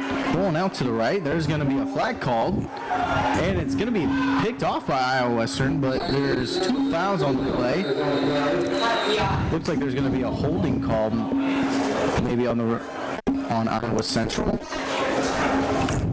There's actually 2 flags on the play, so we'll see what those calls are going to be. One's going to be a hold against Iowa Central. It was blatant, not against 76. Head ref here. Just the holding. And there's a pass interference call on the defense. The penalties are going to offset, and it's still going to be third down here for Iowa Central. So Iowa Central is saved on that one. Yeah, they called a break there. Certainly called a break. I definitely thought that there was going to be a pass interference call on that sideline. I was a little distracted by the holding call, but when I looked over, there was so much collision going on right there with that Iowa Western pick. The hold goes against Triton offensive lineman Richard Rodriguez, a freshman, number 70. There's a play, dumps it off a little bit, has a little bit of room, trying to fight for that first down. Doesn't look like he's going to get it, but that's going to be a pretty nice gain, but it's going to end up being fourth down here for Iowa Central. Yeah, just took what the defense gave them there on the check down, a little flare route to the running back, which is Kurt Taylor coming out of the backfield there. Definitely a smart play. It doesn't look like the punting team is coming on yet. We'll see. I think there was a flag on the play. It's going to be a holding call on the offense, but the penalty is going to be declined in there. It's just going to be a fourth down. Probably a wise decision by Iowa Western just to decline that penalty. Oh, yeah, and bring up fourth down so you can get it back here as they'll send the punt unit out. Will Iowa Central. So the punting unit is going to be coming out. Not everybody is coming out yet. A little bit of a confusion, I think, with who's supposed to be out there right now. I think they're actually just going to go into the fourth quarter, just going to let the clock run down because they have enough time. So that's going to send us to the fourth quarter. That was the third quarter. Iowa Central is ahead 21-17. Not as much scoring, obviously, in this quarter as the previous, but definitely a lot of action, definitely a good back and forth. Iowa Central, I think, definitely has the momentum right now, but didn't really get much going on offensively on that last drive, but we'll see what they do defensively because the defense is looking strong. Yeah, the defenses have come out of the gate and really made adjustments and are playing well here in the second half. Yeah. We'll see how they perform in the fourth quarter. We will be right back here on the Triton Nation Network.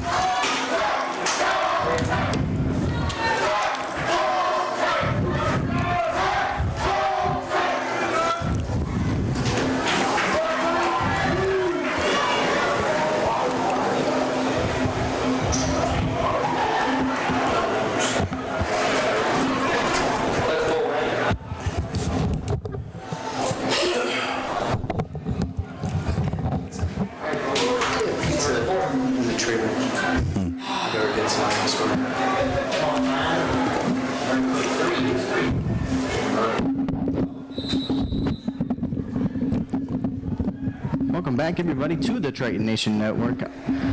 We are just starting the fourth quarter here. Iowa Central is ahead 21-17. Looks like there is a flag on the play. Looks like it's going to be a false start. Either a Maybe false on Iowa start or an illegal shift, one or the other. Depends on, yep. False start is the confirmed call here for Iowa Central. That's going to back them up 5 yards on the punt.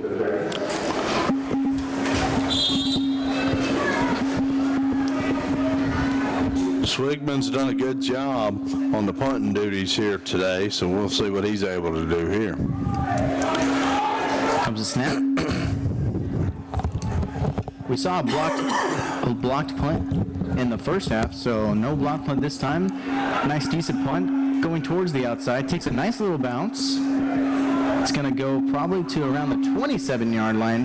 Pretty decent punt right there from Iowa Central. Going to put Iowa Western at their own 27-yard line. Yeah, going to be about a 45-yard punt with the bounce there from Colin Swigman, taking a Triton bounce. And so Triton defense has played very good here in the second half, Austin. And, they've got some momentum from a defensive standpoint. Let's see if they can come out and get another stop here. I think they definitely will be motivated coming in to this. They definitely don't want to give up any points because any points means that they could take the lead with a field goal or a touchdown. As a former defensive player, I can tell you, that at this point you've got the lead, so now I've got to go win the game. I got to make the plays to win the game. Looks like a halfback counter here from Iowa Western. Looks like he's going to get about 3 yards for Iowa Western. That's going to bring up second down. Brian Sneed on the carry inside. They've done a good job containing the running game. We talked about that at halftime, and they've done a good job of that. Definitely a great job from Iowa Central. I think they're recognizing the tendencies a little bit from Iowa Western on those run plays. Yeah. Here comes the snap. Drops back a little bit, finds a little drag route, but underthrows him a little bit there, and that's going to be incomplete for Iowa Western. Going to bring up third down here. And I believe it's not only tendencies and adjustments, but it's also, when you're making those adjustments and coaching these guys, it's a difference in technique. In the halftime locker room, you're able to kind of tell guys, hey, shift. Or play it this way, or use a different technique instead of a 3 technique, go to a 4 technique. And so they've been able to do that upon the defensive front, and they've made adjustments. Dropping back to pass here, he's rolling out to his right, trying to find somebody downfield, throws over his body and does get the throw and catch. Nice play, looking a little bit like Patrick Mahomes right there with the over-the-body throw. Good pass by Iowa Western. That's going to bring up a first down here. Nice play rolling out there by Cam Thomas to complete that one to Zion Perry, the sophomore receiver, 5'8", 165 pounds, out of Lincoln, Nebraska. Going to hand the ball off here up the middle. Gets a nice little gain right there. That's going to be good for about 6 yards. That's going to bring up second down here for Iowa Western. Just a nice simple run up the gut, able to get some positive yards for Iowa Western off that nice pass play.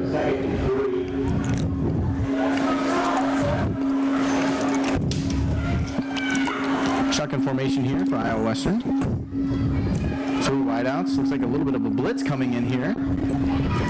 Tries to find, he gets some room out the outside. Looks like he's just going to get enough for a first down and runs out of bounds. Nice direction by Iowa Western. That's going to bring up a first down here for Iowa Western.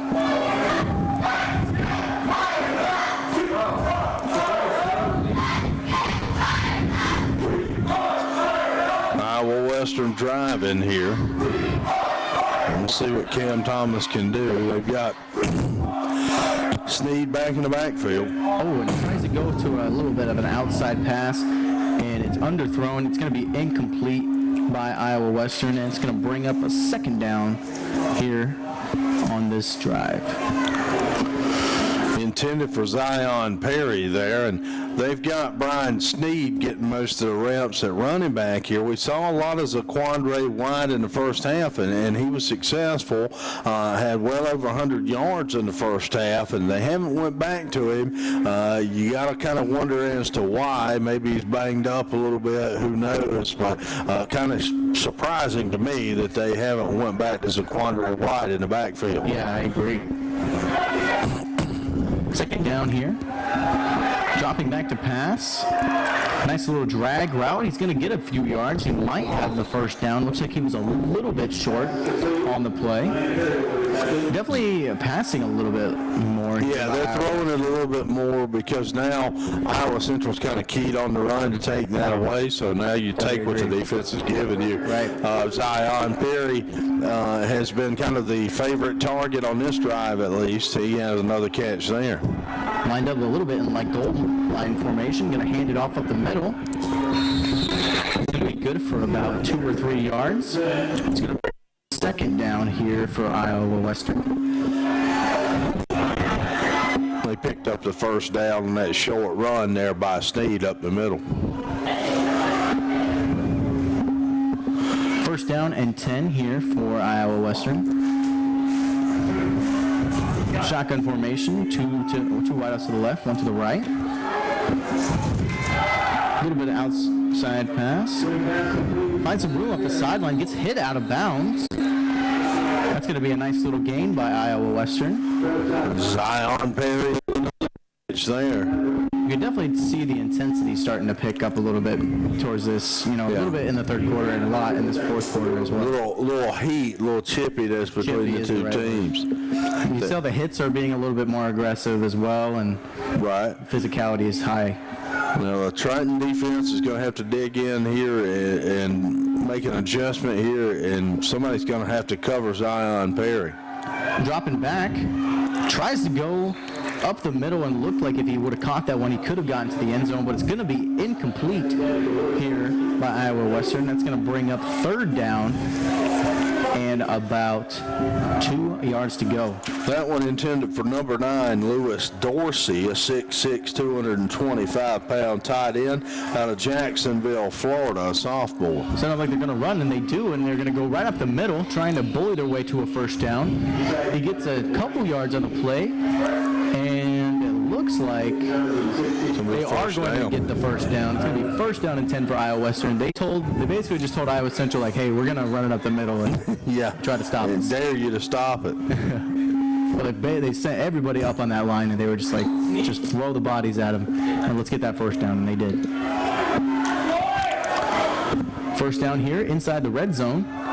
Going to hand it off here. Nowhere to go on that play. Iowa Central, a little bit of a payback there.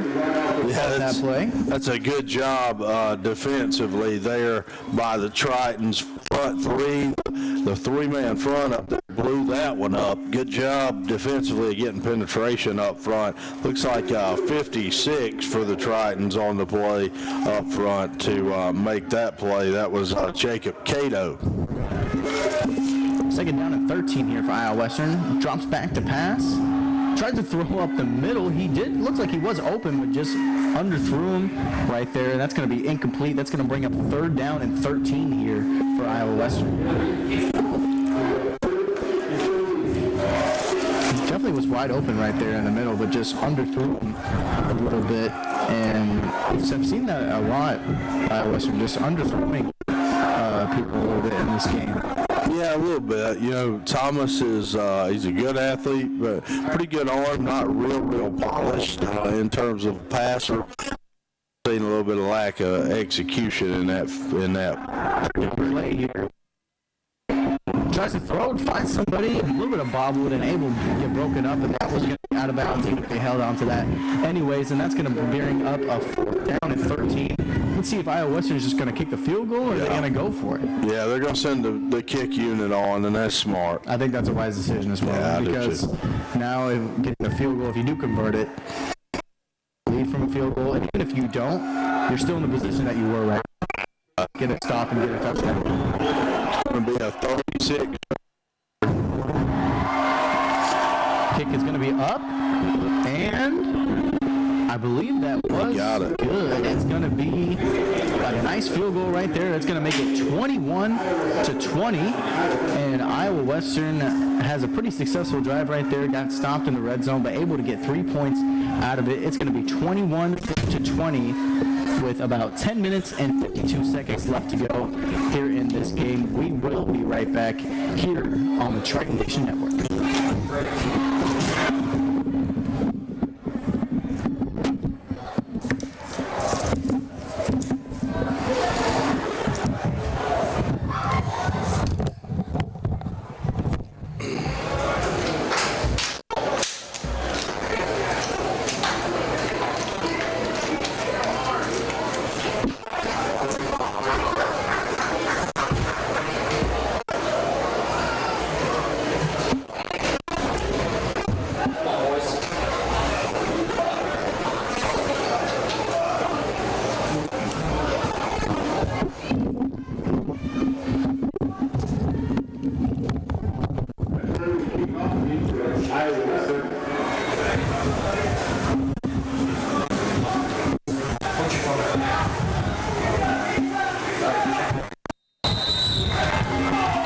welcome everybody back to the Triton Nation Network. We have a very good contest going on right now. It is currently 21-20.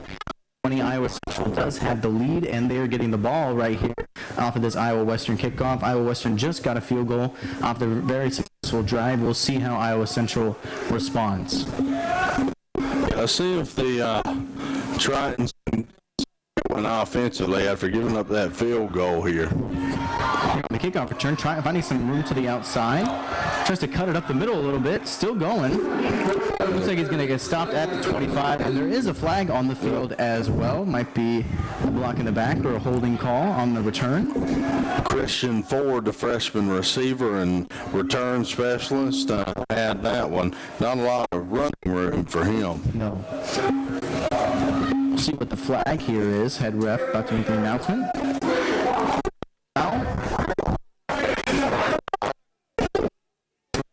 Kicking team, and that's going to be a little bit of a field goal advantage for Iowa Central. Going to go up the field a little bit. I wasn't sure what the call was there. Or tackle. I think it must have been some sort of personal foul. Not sure what exactly. Yeah, I don't know what it was. Either way, it's going to be a 15-yard penalty, and that's going to, 15-yard penalty. Bring Iowa Central all the way up to around the 40-yard line. Good field position for Iowa Central. First and 10 here for Iowa Central. 3 wide out to the right. Motion here by Rashad Whitty. Going to give it off. And he finds it nicely up the middle. It's still going. Almost a 20-yard run right there by Iowa Central. That's well enough for a first down. And he only had one man to beat there. He almost took that one to the house. Really did. If he just would have cut a little bit to the outside, maybe jumped over that tackle, he would have been gone. Nice run there by Iowa Central. It's going to bring up first down. Shotgun formation here. Handing it off again. Gets about a couple of yards right there on that handoff up the middle. It's going to bring up second down here for Iowa Central. Clock running here. And should go probably under 10 minutes now with this play here. So Iowa Central trying to chew some clock up here. I definitely do not blame them, especially if they get a score here off this drive. 2nd and 7 here for Iowa Central. Lined up here. We'll see if they'll run it again. Hands it up the middle. Ooh, a nice hit right there. Able to turn it up for a little bit of a gain, maybe 1 or 2 yards on that run. That's going to bring up third down here for Iowa Central.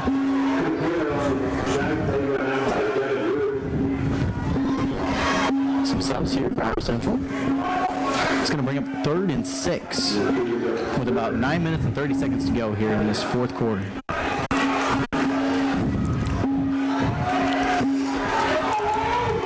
Big third down coming up for the Tritons here.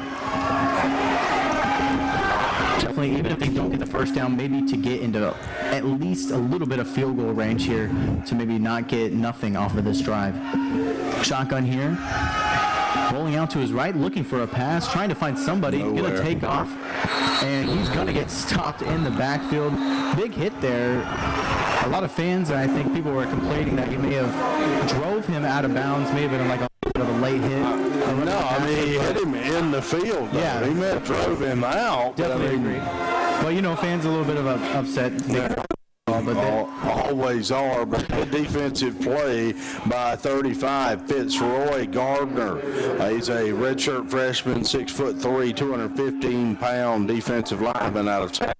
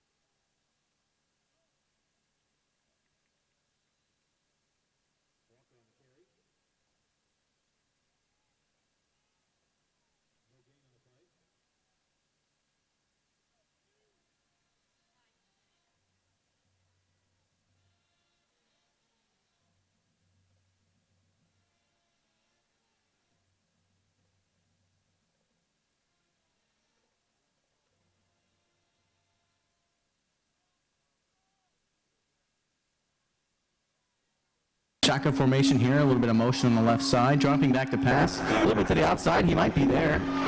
There's a flag. He's going to pass it. Overthrown there. I think it might be a holding call here by Iowa Central. Off that pass play. Iowa Central looking to pass it a little bit more here. Kind of like the play calling. Referee discussing what the penalty's going to be here with his other ref. We'll see what the penalty here is. It's going to be a holding call on Iowa Central. That's going to send them back about 10 yards. So it's going to be around 2nd down and 20 to go here for Iowa Central. But still in field goal range. Still have 2 more downs to get some yardage to go. So not the biggest thing in the world. Ball backed up to the 22 there on the hold. Looks like I wasn't going to be calling a timeout here. Yeah, they had extra guy on the field there. Yep. 88. Looks like Tukes was on the field there and trying to get off and couldn't. So they're taking a timeout to make that adjustment. You got to think about though, that can maybe cost them towards the end of the game if it's going to be close. A little bit like 2 minutes to go. Yeah, range there, and they're running down the field, and they need the clock on their side. They need to stop the clock. It could cost them.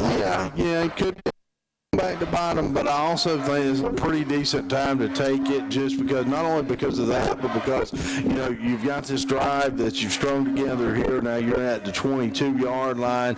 Let's go ahead and get kind of reorganized. We're getting a little sloppy with the holding and that kind of thing. Let's get reorganized, refocused, and kind of script what we want to do offensively here and find the right play call here, because this is a big possession. I mean, a touchdown for the Tritons here, and they're certainly in business. Yeah, and they still have 2 timeouts.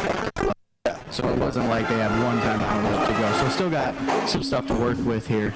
And Iowa Central getting back on the field. The timeout is over.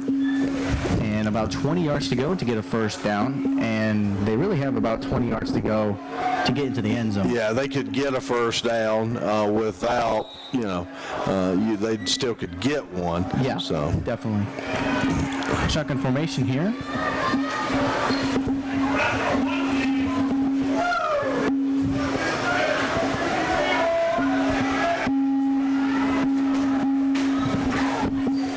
Comes a snap. A little quick curl route there. Turns it upfield. Could get to the end zone. I think he did. He does. See. No indication. That's a touchdown for Iowa Central. Terrell Carey, the sophomore receiver, number 10, with a tremendous catch, and then a little yak after the catch. Yards after catch, takes it to the house. Definitely an amazing dive right there to be able to fight for that touchdown. That was turned up the field, and it was just a simple pass play too. I think they read that perfectly because they didn't go for it all, and they got a little bit in the middle of the field. Oh, that kick was almost blocked, but that kick is going to be good. That's going to make it 28-20 here for Iowa Central. Big touchdown, big play right there. That's huge for Iowa Central because now Iowa Western needs a touchdown and a 2-point conversion just to tie the game. Right, it's huge for the momentum, huge for what we have brewing here is a possible upset. What is it about the state of Iowa?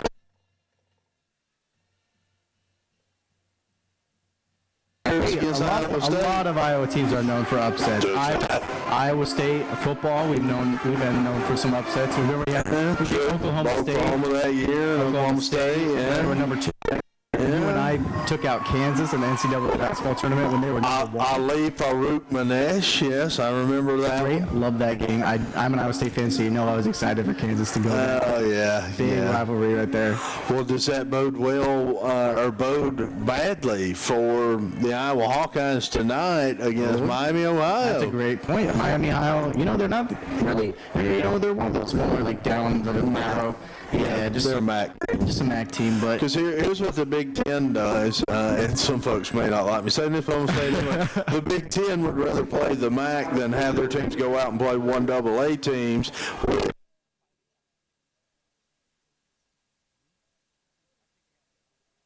And it'll be pretty close to it. Yeah, I would say so. They're a quality football team, so I I get you don't want, teams cupcaking or whatever.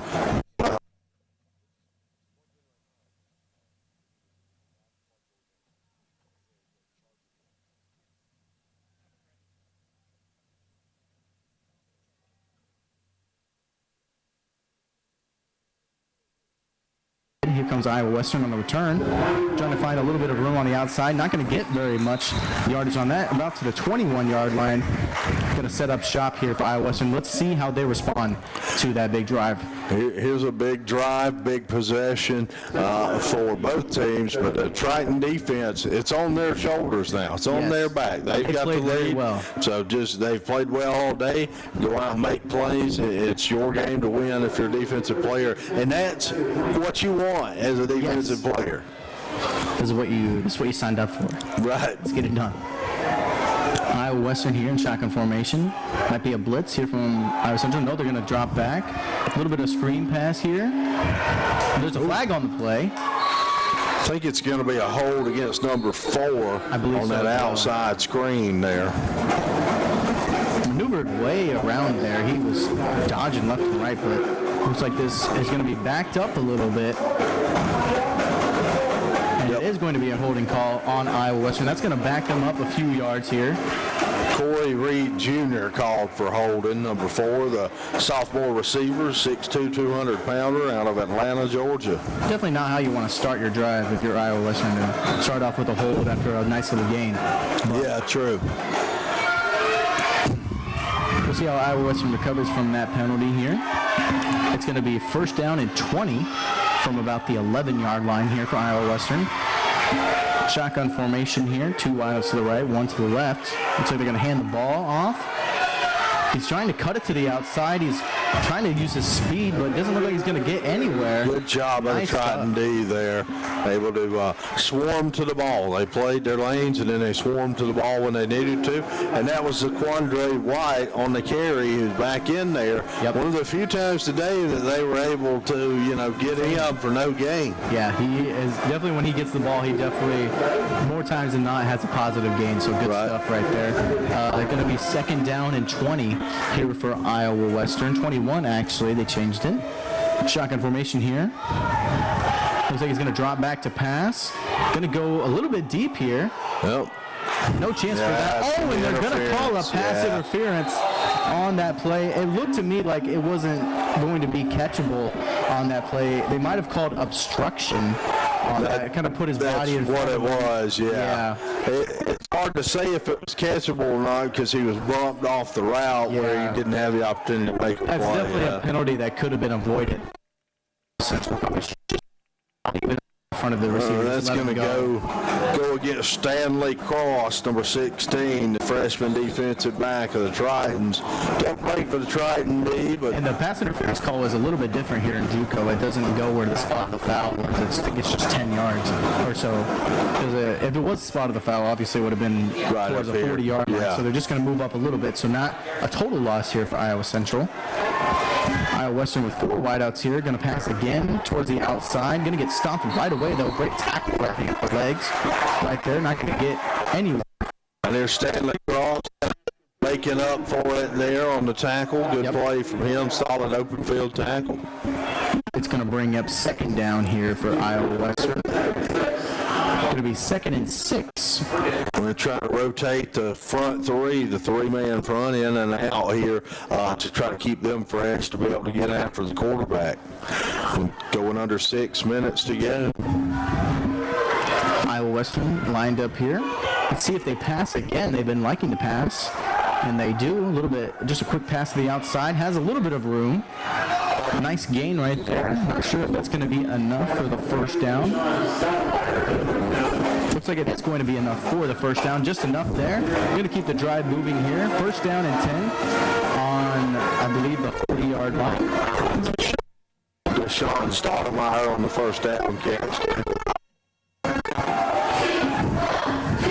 Western lined up here. Here's the snap. drop back a little bit, comes forward, might throw it towards the outside. Good catch. Oh, and he drops it. Was open. That's going to be incomplete. It's going to bring up second down and 10. Yeah, Reed didn't look it into his hands, was kind of running before he caught it and dropped it on the ground. Rule number 1, catch the ball, then turn up. Yeah. Well, this place is starting to get a little loud. Folks are starting to feel it. Triton Nation's starting to feel that the upset's brewing here. The energy is definitely picking up a little bit. I think the people are starting to get in it way more, and the momentum is definitely still, I think, a little bit on Iowa Central's side here. Here's a snap.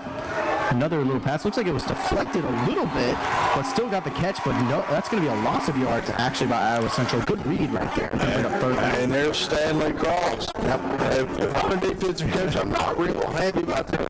I have to wake him up because it kind of seems like it has. I guess I'll deal with it. It's okay. He's out to make up for it. Definitely doing a great job.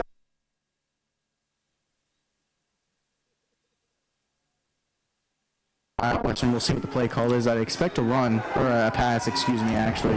Iowa Western, they've been liking to pass. A lot of short passes right now. Drops back to pass.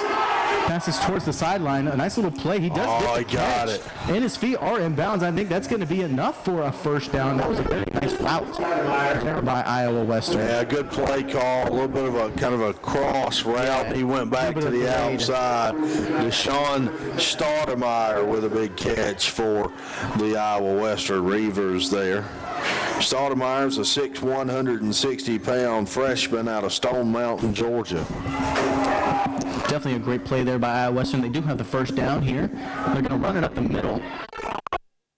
Gain there. That's enough for 5 yards. It's going to bring up second down and about 5 with about 4 minutes and 20 seconds to go here in the last remaining of this game. Zaquandre Wright there, and he's now getting all the snaps at running back for the Reaver offense. Looks like they're going fast here. Going to run up the middle again. He's going to get stopped right away. No gain on the play. Going to bring up third down and about 5 or 4 to go. Brant Casey and a couple other guys in there. Brant Casey, number 20 in on the tackle.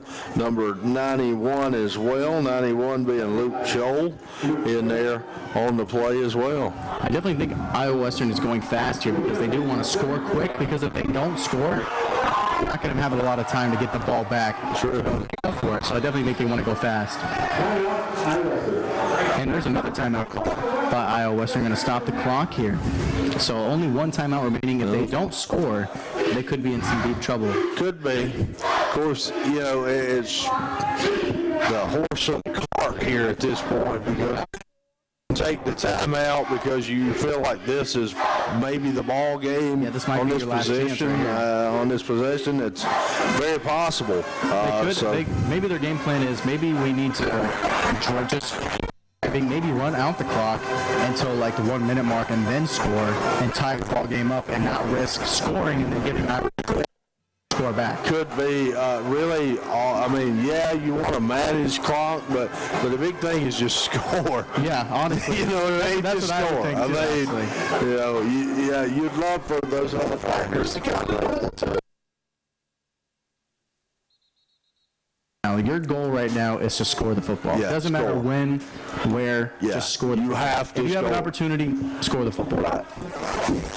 If you're them, you have to score the next 3 minutes and 41 seconds. Because if you start planning, like, okay, maybe we'll do this play and get that set up, you're not going to work out. Iowa Western here set up. Looks like they might drop back to pass. They do. Going out to his right, a lot of pressure, trying to throw it. Does he get the catch? We're not sure. We're waiting for the catch. They called a catch. Looks like they are going to call it a complete catch. It was very close to the ground, but looks like he got his hands under that ball. Deshaun Stoudemire with a big-time play there for them. I mean, he's been big on this drive. That's his third catch of the drive thus Beautiful far. Catch, too. Very nice catch and a good throw. 3 minutes and 25 seconds left to go here in this game. Iowa Western's first down here. Going to hand the ball up.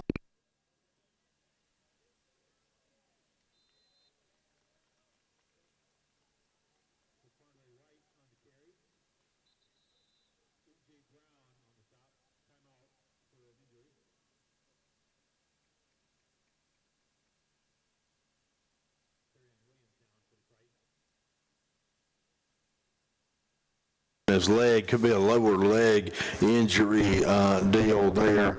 I think it's actually 55. 55, okay, 55 down there. There's Terrion Williams, the sophomore defensive lineman there. It's also going to stop the clock here with that injury, so it's going to be 3 minutes and seconds on the clock. 3 minutes and 10 seconds away, Austin Johansson, from a possible huge upset here for Iowa Central to knock off Iowa Western, the number 2 team, number 2 ranked team in JUCO football and all the land. On the home opener as well. How about that? Definitely excited if this victory turns out in Iowa Central's favor. That's definitely going to bring so much momentum. It's going to bring the crowd out even more for follow-up games, because usually the biggest turnout is today. Right. Home opener, people are excited, but this is going to keep people coming back. Right. No stands. That stand's going to be filled up. They're going to be excited about Iowa Central football. I know I was already excited about Iowa Central football coming into this game. It's got me even more excited seeing the way they're playing today. Right. Showing up. Yeah. You definitely show that they care. Oh, yeah, and, they showed a lot of improvement between last week and this week. They came out with their A game here today, and they put themselves in a position to win this game.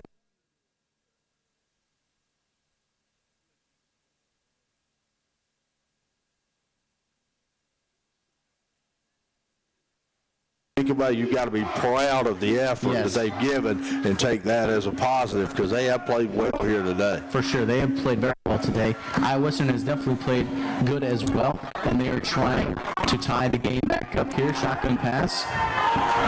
It looks like they were doing a little bit of a misdirection. Oh, I don't know about that. And there's going to be a flag on the play. Looks like it's going to be pass interference on Iowa Central.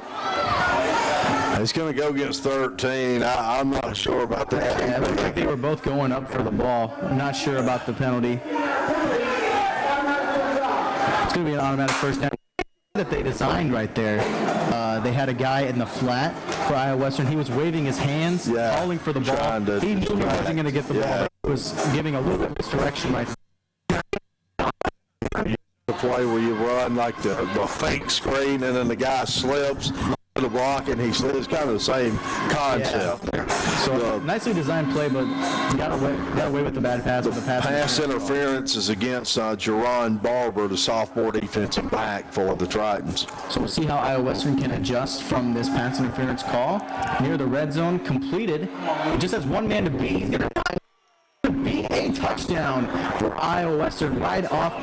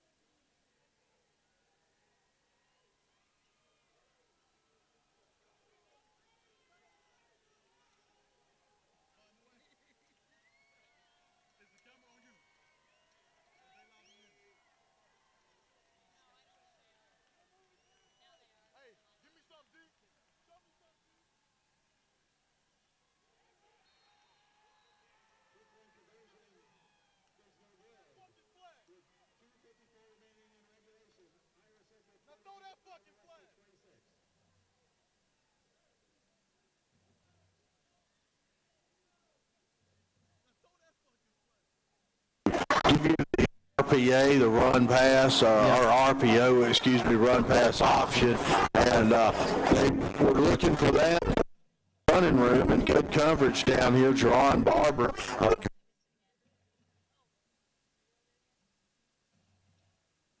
to be able to, the running back going out wide for the pass, able to get somebody on him and able to cover him out wide. So good stuff by the Triton defense.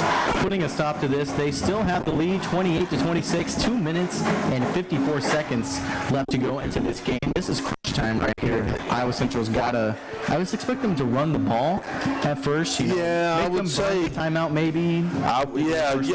You're going to want them to burn the timeout, and I would say it would be, but don't be ultra conservative, because you need to extend the drive. Don't just dive play in the middle for a time. You cannot go 3 and out.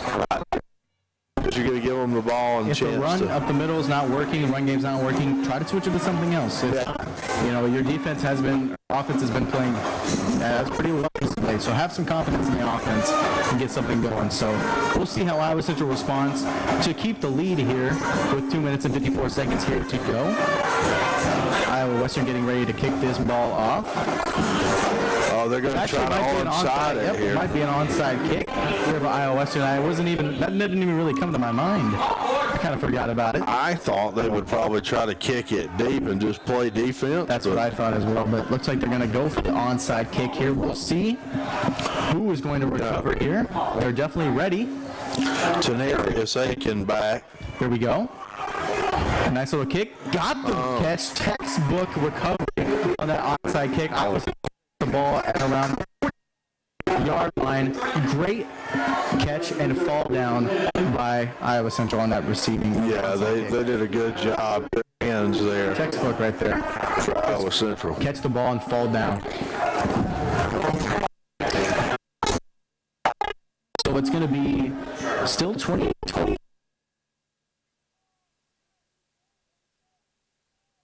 53 seconds left to go. We'll see how Iowa Central plays this drive, if they're going to run the clock down.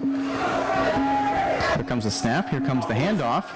A big stop right there by Iowa Western. You can definitely tell that they're going for the ball. They're trying to strip that ball. They're trying to get ready to turn over right here. So nowhere to go for Kurt Taylor there on the carry.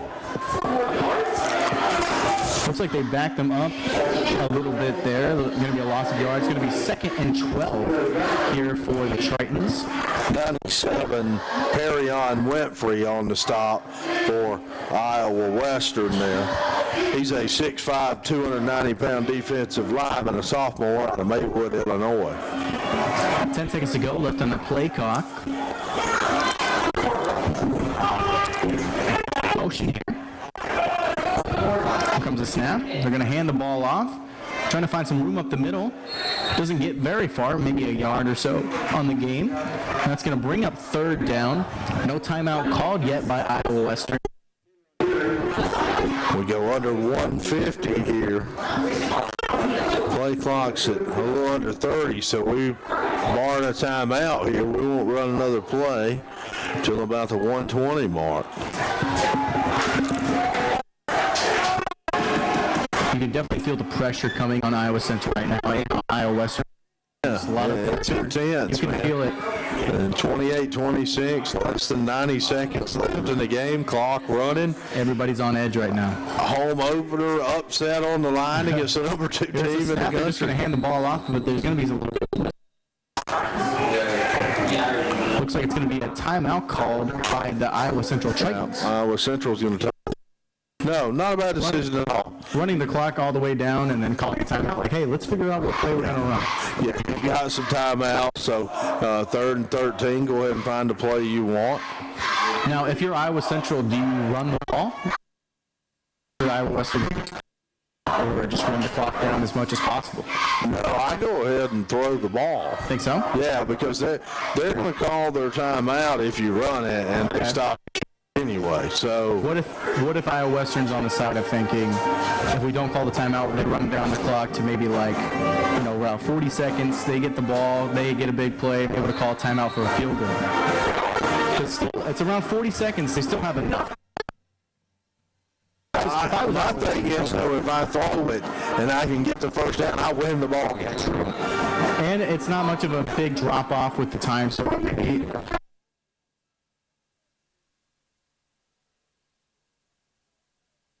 and it's going to be a big stop here by Iowa Western. Let's see if they call a timeout, and they are going to be calling a timeout with 1 minute and 9 seconds to go here. So Iowa Western's going to get one more opportunity to drive down the field and get some points on the board. And they're going to have to drive the field with no timeouts left here, too. Which is kind of what Iowa Central wanted.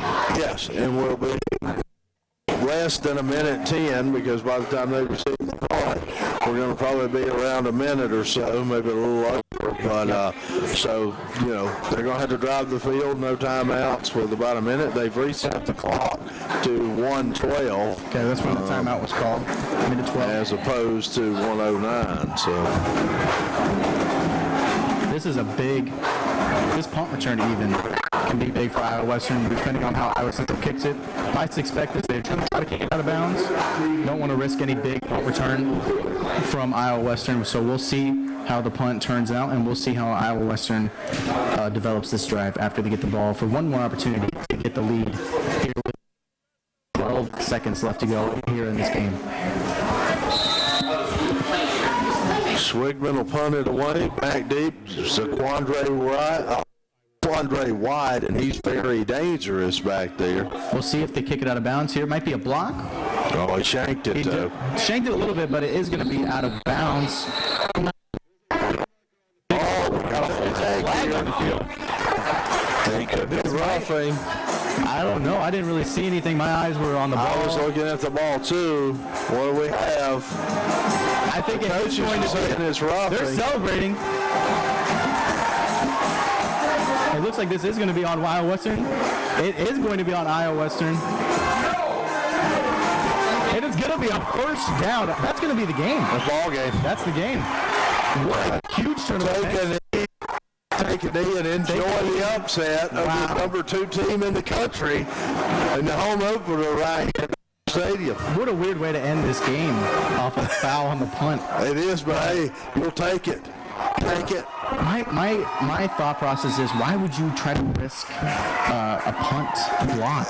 Why would you go after that? Why wouldn't you just settle for, like, hey, let's take a punt and let's drive down the field? Let's not I guess there's 2 ways of thinking of that too. If you block it, then you got a chance of getting good field position or return, but like you do, and that's what happened. And they're just going to take a knee, and the clock's going to run down, and it looks like they're going to have maybe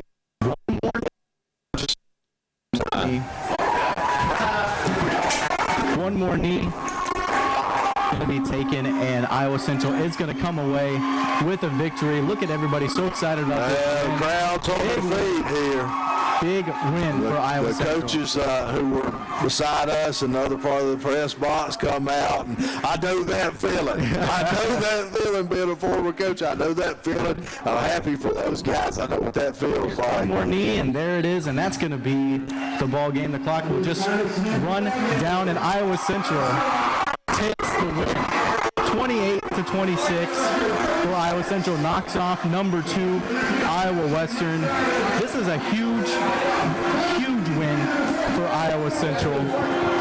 Just a terrific game. I don't know that huge is even the word for it, Austin Johansson. I mean, Titanic.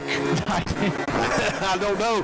When you win a game over a top 5 opponent here, you know, the number 2 team in the country, after coming off a pretty bad blowout loss on the road last week. A little bit of confrontation down. There's not much else to say. There is a little pushing and shoving. That's a little bit to be expected in a game like this, though. They kind of get them separated and calm down, and it'll be all right here. It looks like there's not going to be anything too much to it. Yeah. But definitely and it was a very entertaining game as well as a great game from Iowa Central. It really was. It was an entertaining game kind of on both sides, and Iowa Central really answered a lot of questions after week 1 here. We're able to win the game, and the Iowa Western players just threw a helmet down here. 93, 97. He threw the helmet probably 25 yards. Where did he throw it? I'm not sure. Perrion Winfrey. I guess he's upset, but he chucked that helmet down there. But nonetheless, for Iowa Central, and there is a little bit of a cup celebration as well. They get a little bit of a trophy. The Kenny Cup. The Kenny Cup. That had almost slipped my mind there for a second. Me being, new to this area, Right. some of the traditions and things like that, I'm not as aware of. Definitely a big victory for Iowa Central. That is, you couldn't ask for a better momentum boost towards the rest of the season here. Oh yeah, absolutely. That puts you in a good position going forward. Now you've got some momentum. You're going to enjoy this one. You're going to celebrate, and then I always would tell my guys, enjoy it, celebrate. When you go to bed tonight, this one goes to bed with you. Now we focus on Coffeyville next week. Oh yeah, Monday, and they even get a little bit of a break because Labor Day is this Monday as well. Yeah. So They're probably practicing though. I'm not sure. I know classes aren't on Monday. They probably will practice, I'm guessing. If they were my team, they'd practice on Monday or Saturday. Yeah. They might take it a little bit easy though. This Labor Day might just be a little bit, maybe a fun practice, maybe just a little bit of jogging and get some The Triton Pep Band is jamming out down here. How about that? 28-26, your final score. Iowa Central over Iowa Western, taking home the Kenny Cup. A tremendous effort by the Tritons here today. Great game. I don't think that we could have scripted it any better for the Tritons, And I said at the beginning, I was like, it's going to come down to the wire. It's going to be a great game. You were right. I was right. I'm not bragging or anything, but I'm just saying it just always happens with Iowa Western, Iowa Central. It always. And how about this? My very first Iowa Central game ever. Yep. Right? And, here we go. We knock off the number 2 team in the country in dramatic fashion. It's almost like now we've set the bar so high that we can't duplicate. Yeah, we can only go down from here. We can only go standard from here, but hey, how about that? And a huge celebration with the Kenny Cup over there in the end zone. Everybody's coming in for a group photo. Love to see that. And I tell you what, I very much looking forward to, working the games here and being part of what's going on with Iowa Central and the broadcast team here the rest of the way. But I couldn't ask for a better start here today. I've certainly enjoyed it. We have enjoyed having you. You've been a great addition to today's broadcast, and I'm glad you got to see an amazing first home opener here at Dodger Stadium. Plenty more to come. Yeah. Here. Yeah, a lot of excitement, man. We got, the rest of the home slate, a lot of football left here. Yep. Definitely, bad start to the season with the 42-10 loss, but able to recover now with a huge 28-26 win over Iowa Western, the number 2 team in JUCO. Great game here from Iowa Western. I've been Austin Johansson. Thank you, everybody, for tuning in. You've been Austin Johansson, or you are Austin Johansson? How do you say his accent? Yeah, I'm Austin Johansson. Okay. Or you say what I would do. Here's a little, teach Austin a little thing or two. What I would do is